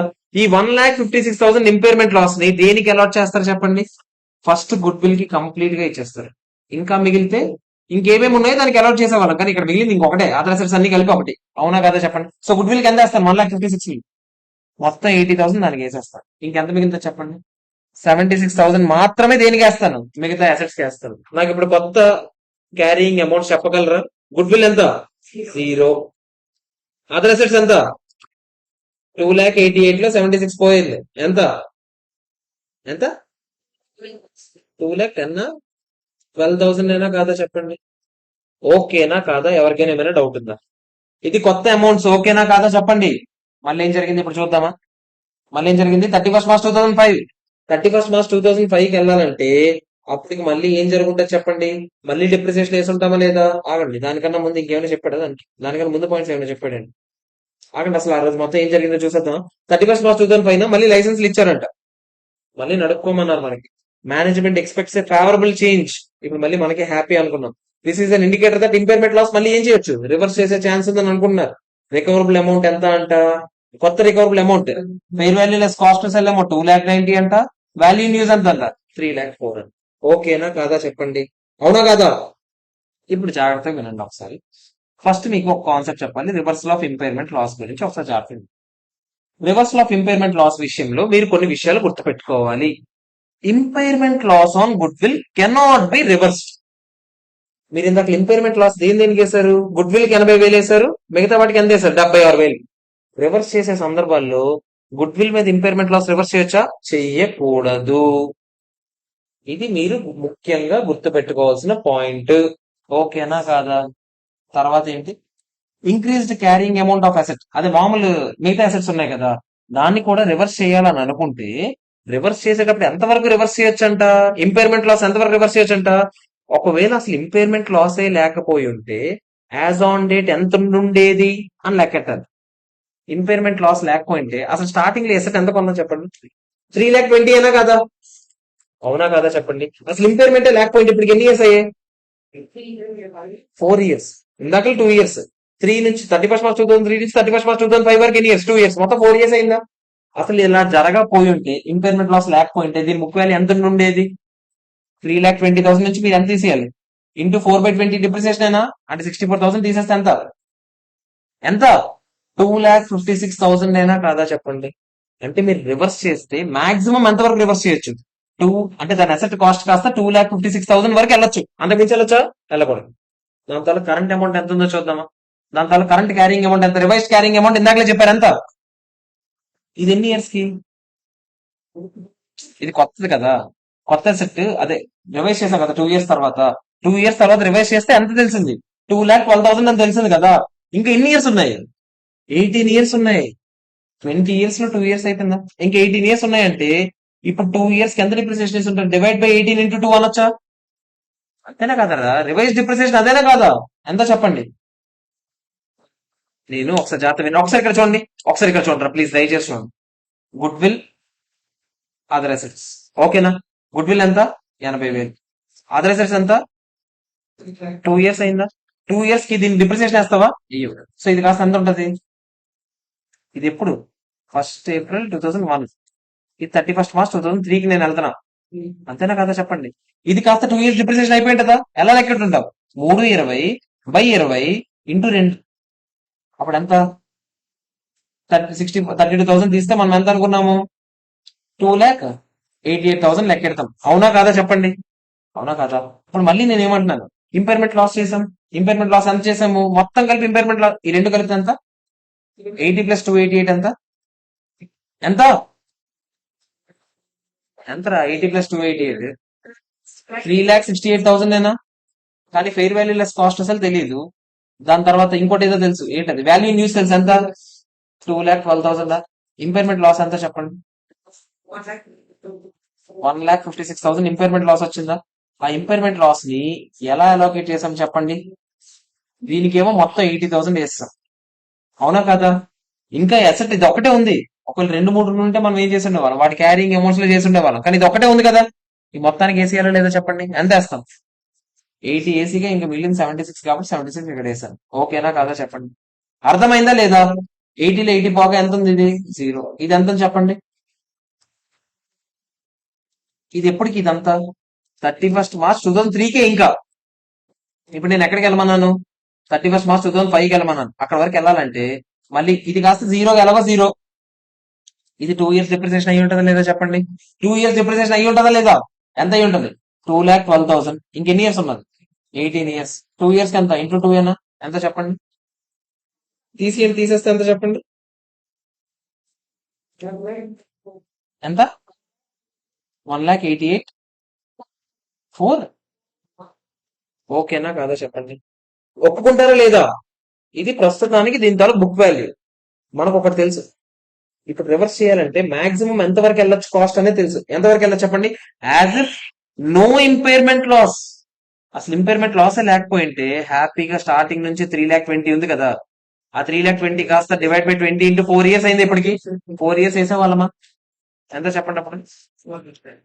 తీసేస్తే ఎంత చెప్పండి? 2,56,000 వరకు నువ్వు రివర్స్ వెళ్ళడానికి ఛాన్స్ ఉంది. ప్రస్తుతానికి ఎక్కడ ఉన్నావు? 188,444. ఎంతవరకు వెళ్ళగలవు? 256. ఎంత చెప్పండి రివర్స్ చేస్తే? ఎంత? 67,000. 1 lakh అక్కడ రౌండ్ ఫిగర్ వేస్తాడు. 1,88,000 వేస్తాడు. మనకు 444 వచ్చింది కదరా, అది 88 వేస్తాడు రా. ఒకసారి రౌండ్ ఫిగర్ చేసి చెప్పండి. ఇది 188,000 అనుకున్నాను అనుకోండి. ఎంత? 68,000 వరకు రివర్స్ వెళ్ళొచ్చు. ఒప్పుకుంటారా లేదా చెప్పండి? ఒప్పుకుంటారా లేదా? మనకు అసలు ఎంత రివర్సల్ వరకు ఇక్కడ ఏం జరిగింది? అసలు ఫెయిర్ వాల్యూ లెస్ కాస్ట్ అసలు ఎంత ఎస్టిమేట్ చేసాం? Higher of 2. ఎంత? 3,04,000 or 2,90,000? ఎంత? 3,04,000 ఏనా? 3,04,000 నుంచి 3,04,000 వరకు వెళ్ళొచ్చు. కానీ మనం ఎంత వరకు వెళ్తాం అప్పుడు? 256 వరకు వెళ్తాం. ఒకసారి చూడండి రా, నేను ఎక్కడున్నారు మీరు? 188,000 దగ్గర ఉన్నారా? రివైజ్డ్ వాల్యూ ఎంత? ఎంత అని చెప్పారు ఇప్పుడే? 3,00,000. అదే value in use or fair value. Recoverable amount ఎంత? కొత్త రికవరబుల్ అమౌంట్ ఎంత? అంటే మీరు రివర్స్ చేసి మామూలుగా ఎక్కడి వరకు వెళ్దాం అనుకున్నారు? 3,04,000 వరకు వెళ్దాం అనుకున్నారు. కానీ మేము ఏం చెప్పాము? అంతవరకు వెళ్ళిపోకూడదురా, మాక్సిమం ఎక్కడి వరకు వెళ్ళొచ్చు? 256 వరకు వెళ్ళొచ్చు. అలాంటప్పుడు ఎక్కడి వరకు వెళ్తారు? అదే ఒకవేళ ఇక్కడ 2,12,000 ఉంటే 2,12,000 వరకే వెళ్తారు. మాక్సిమం అక్కడ అయిపోవాలి గేట్. ఓకేనా కదా చెప్పండి? ఇప్పుడు మీరు ఎంత అన్నారు? 3,04,000. కానీ మీరు ఎక్కడ అయిపోతారు? 2,56,000. సో మీ కొత్త అమౌంట్ ఎంత అంటే మీరు ఏం చెప్తారు చెప్పండి? 2,56,000. ఒప్పుకుంటారా లేదా చెప్పాలి? ఓకేనా కదా? గుడ్ విల్ అసలు రివర్సే చేయండి. ఓకేనా కదా? అదే ఇండియన్స్ 36 చెప్పింది. ఓకేనా కదా? ఇప్పుడు నాకు చెప్పండి. తర్వాత ఏంటి వాడు ఏమడిగాడు? ఇంపైర్మెంట్ లాస్ ఎంత అని అడిగాడు. రివర్సల్ ఆఫ్ ఇంపైర్మెంట్ లాస్ ఎంత చెప్పాడు. సబ్సిక్వెంట్ డిప్రిసియేషన్ ఎంత అని అడిగాడు. సబ్సిక్వెంట్ గా డిప్రిసియేషన్ దేని మీద వేస్తాం? 2,56,000 మీదనా? ఎన్ని ఇయర్స్ ఉంది? 16 years అయినా కదా? పర్ ఇయర్ కి ఎంత వేస్తాం? 16,000. Okay question. ఓకేనా కదా? చాలా మంచి క్వశ్చన్. అంత అంత ఎటకారంగా లేకపోతే థియరిటికల్ గా అలా ఏం ఉండదు. లాజికల్ గా ఉంటుంది. ఇంపైర్మెంట్ లాస్ రివర్స్ చేస్తే రెచ్చిపోయి రివర్స్ చేసేకూడదంట. ఇంపైర్మెంట్ లాస్ స్టాండర్డ్ ప్రకారం ఎంత రివర్స్ చేయాలంట? ఎంత వరకు చేయాలి? మాక్సిమం అసలు ఇంపైర్మెంట్ లాసే లేకపోయి ఉంటే ఎంత వరకు వెళ్ళి ఉండేదో లెక్క పెట్టుకొని అంతవరకు మాత్రమే రివర్స్ కి వెళ్ళగలరు. ఓకేనా కాదా? అర్థమైందా లేదా చెప్పండి? ఓకే, క్లియరా కాదా చెప్పాలి నాకు. క్లియరేనా? 11th క్వశ్చన్ మీకు ఏం చెప్పాను నేను? దాంతో పాటు చేద్దామని చెప్పాను, అంతే కదా? ఇప్పుడు 12th క్వశ్చన్ ఒకసారి జాగ్రత్త చూడండి. ఇది ఒక క్వశ్చన్ చేసేద్దాం, ఒకసారి జాగ్రత్త చూడండి. కాస్ట్ ఆఫ్ ద అసెట్ ఎంత? 56 lakhs. యూస్ఫుల్ లైఫ్ ఎంత? 10 years. అంటే ప్రతి ఇయర్ డిప్రిసియేషన్ ఎంత? ప్రొవైడెడ్ రెసిడ్యూల్ వాల్యూ లేకపోతే ఏం లేదా? ఏం లేదు. క్యారింగ్ వాల్యూ ఆడే ఇచ్చాడు. బిగినింగ్ ఆఫ్ ది ఇయర్ ఎంతంట? 27.3. ఇంకా రిమైనింగ్ యూస్ఫుల్ లైఫ్ ఎంతంట? 3 years. అంటే 7 years అయిపోయిందనే కదా దాని మీనింగ్. ఒకసారి లెక్కడదాం మామూలుగా. 56 lakhs కి 10 years కంటే ప్రతి ఇయర్ ఎంత వేస్తాం చెప్పండి? 5.6 అయినా? 7 years కి ఎంత వేసి ఉంటారు చెప్పండి? 5.6 into 7 అయినా 13 lakh 39.2 వచ్చిందా? 56 నుంచి 39.2 తీయండి. అలా రావట్లేదు. మేబీ ఆడు ఎలా చేసాడో మనకు తెలియదు. మొత్తానికి ఆడు ఇచ్చాడు కదా, మనకెందుకు కంగారు? 27.3 అని చెప్పాడు. ఆడు ఏదో డిప్రిసియేషన్ ఏదో మెథడ్ వాడు ఉంటాడు, మనకెందుకు 27.3? స్ట్రైట్ లైన్ అని చెప్పలేదు కదా అక్కడ. ఓకేనా కదా చెప్పండి. Remaining useful life 3 years.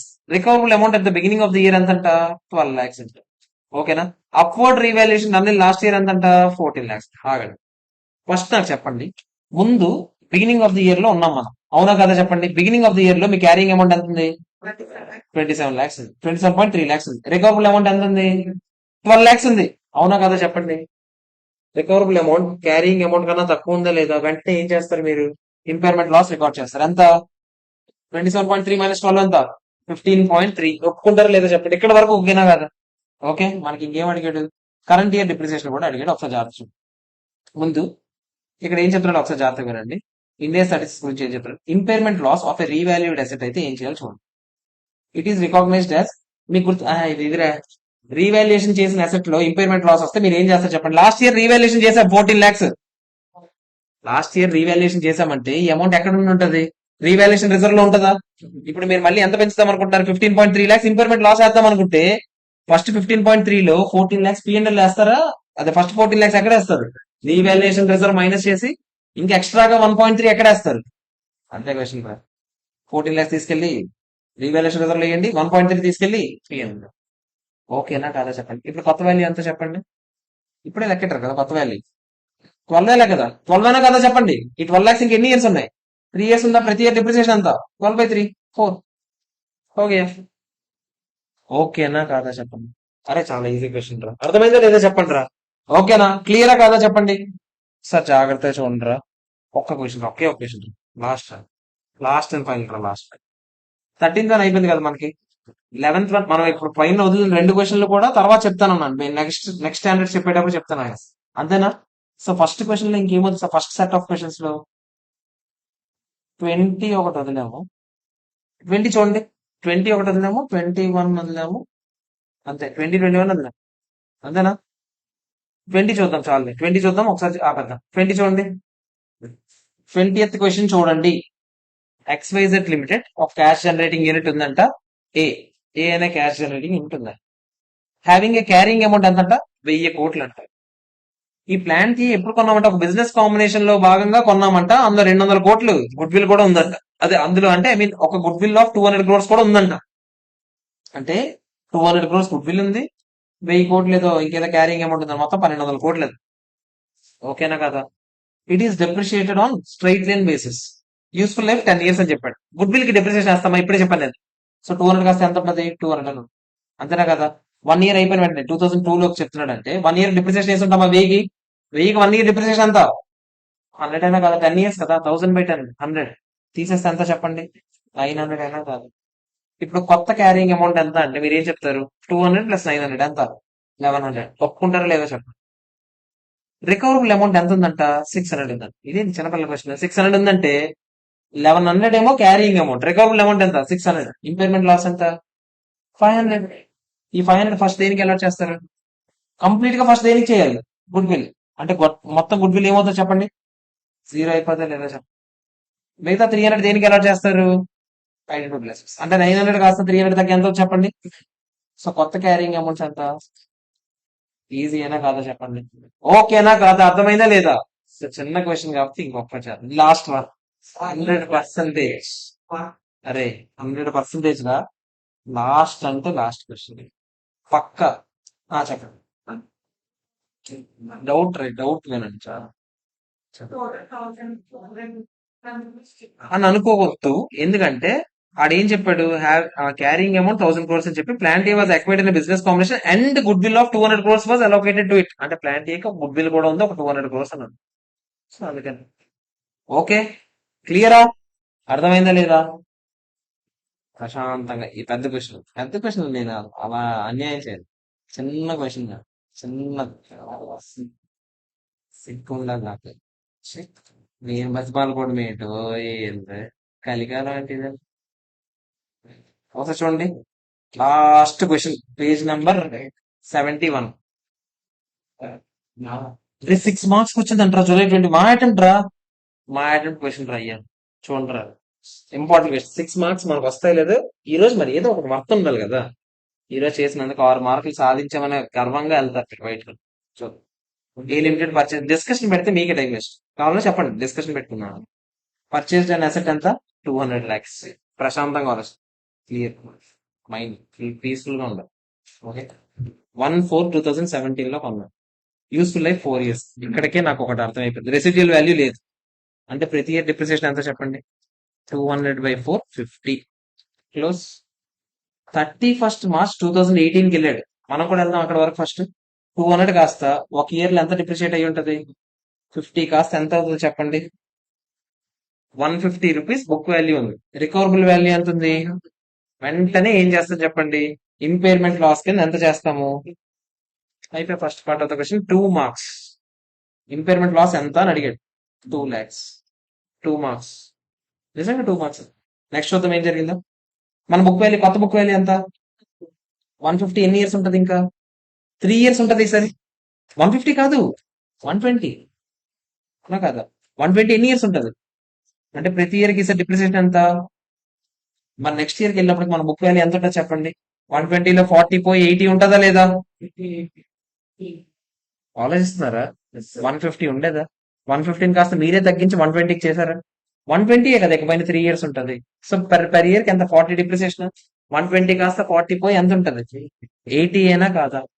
ఆ రోజు రికవరబుల్ అమౌంట్ కూడా ఎంత ఉందంట? హ్యాపీ. ఏమైనా ప్రాబ్లం ఉందా? So second year impairment loss ఎంత అని అడుగుతున్నాడు. చెక్ చేద్దామా? 2 మార్క్స్ మళ్ళీ. నెక్స్ట్ ఇయర్ చూద్దామా? మళ్ళీ నెక్స్ట్ ఇయర్ కాడు వెళ్ళాడంటే మనం కూడా వెళ్తాం. 80లో 40 తగ్గి ఎంత అవుద్ది? 40 అయినా కాదా చెప్పండి? 40 ఉంది. ఆడిది ఎంత ఉంది? 56 lakhs. ఆగండి. రివర్సల్ ఆఫ్ ఇంపైర్మెంట్ లాస్ జరిగింది. Carrying amount 40, impairment recoverable amount 56 ఉంది. రివర్స్ చేయొచ్చా? రివర్స్ చేసేటప్పుడు మనం ఏమని ఆలోచించాలి చెప్పండి? మాక్సిమం ఎంత వరకు రివర్స్ చేయొచ్చు చెప్పండి? అసలు ఇది ఏమీ లేకపోయి ఉంటే ఎంత ఉండేదో లెక్కడదామా?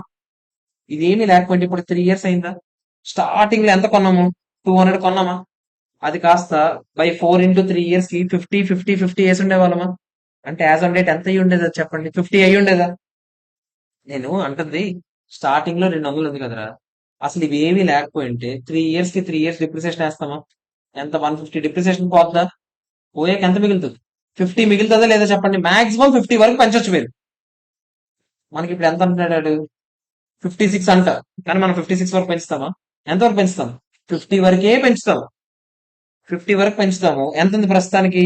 40 ఉంది. అంటే ఎంత రివర్స్ చేయబోతున్నాం? సో లాస్ట్ క్వశ్చన్ ఆన్సర్ ఎంత? 10 lakhs రివర్సల్. ఏదది? 10 lakhs రివర్స్. ఏంట్రా?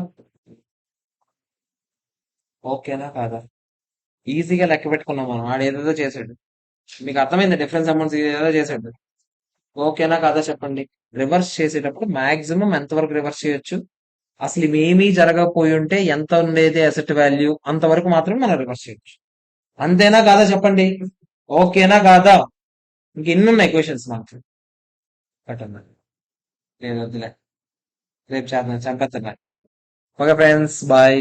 మీరు ఎవరైనా తిట్టాలనుకుంటే నేను మీకు వీళ్ళందరూ గ్రూప్ ఐడి ఇస్తాను. అందులోకి వెళ్ళి తిట్టండి. క్లాస్ తక్కువ టైం అవుతున్నందుకు ఆలరేసి. Bye friends.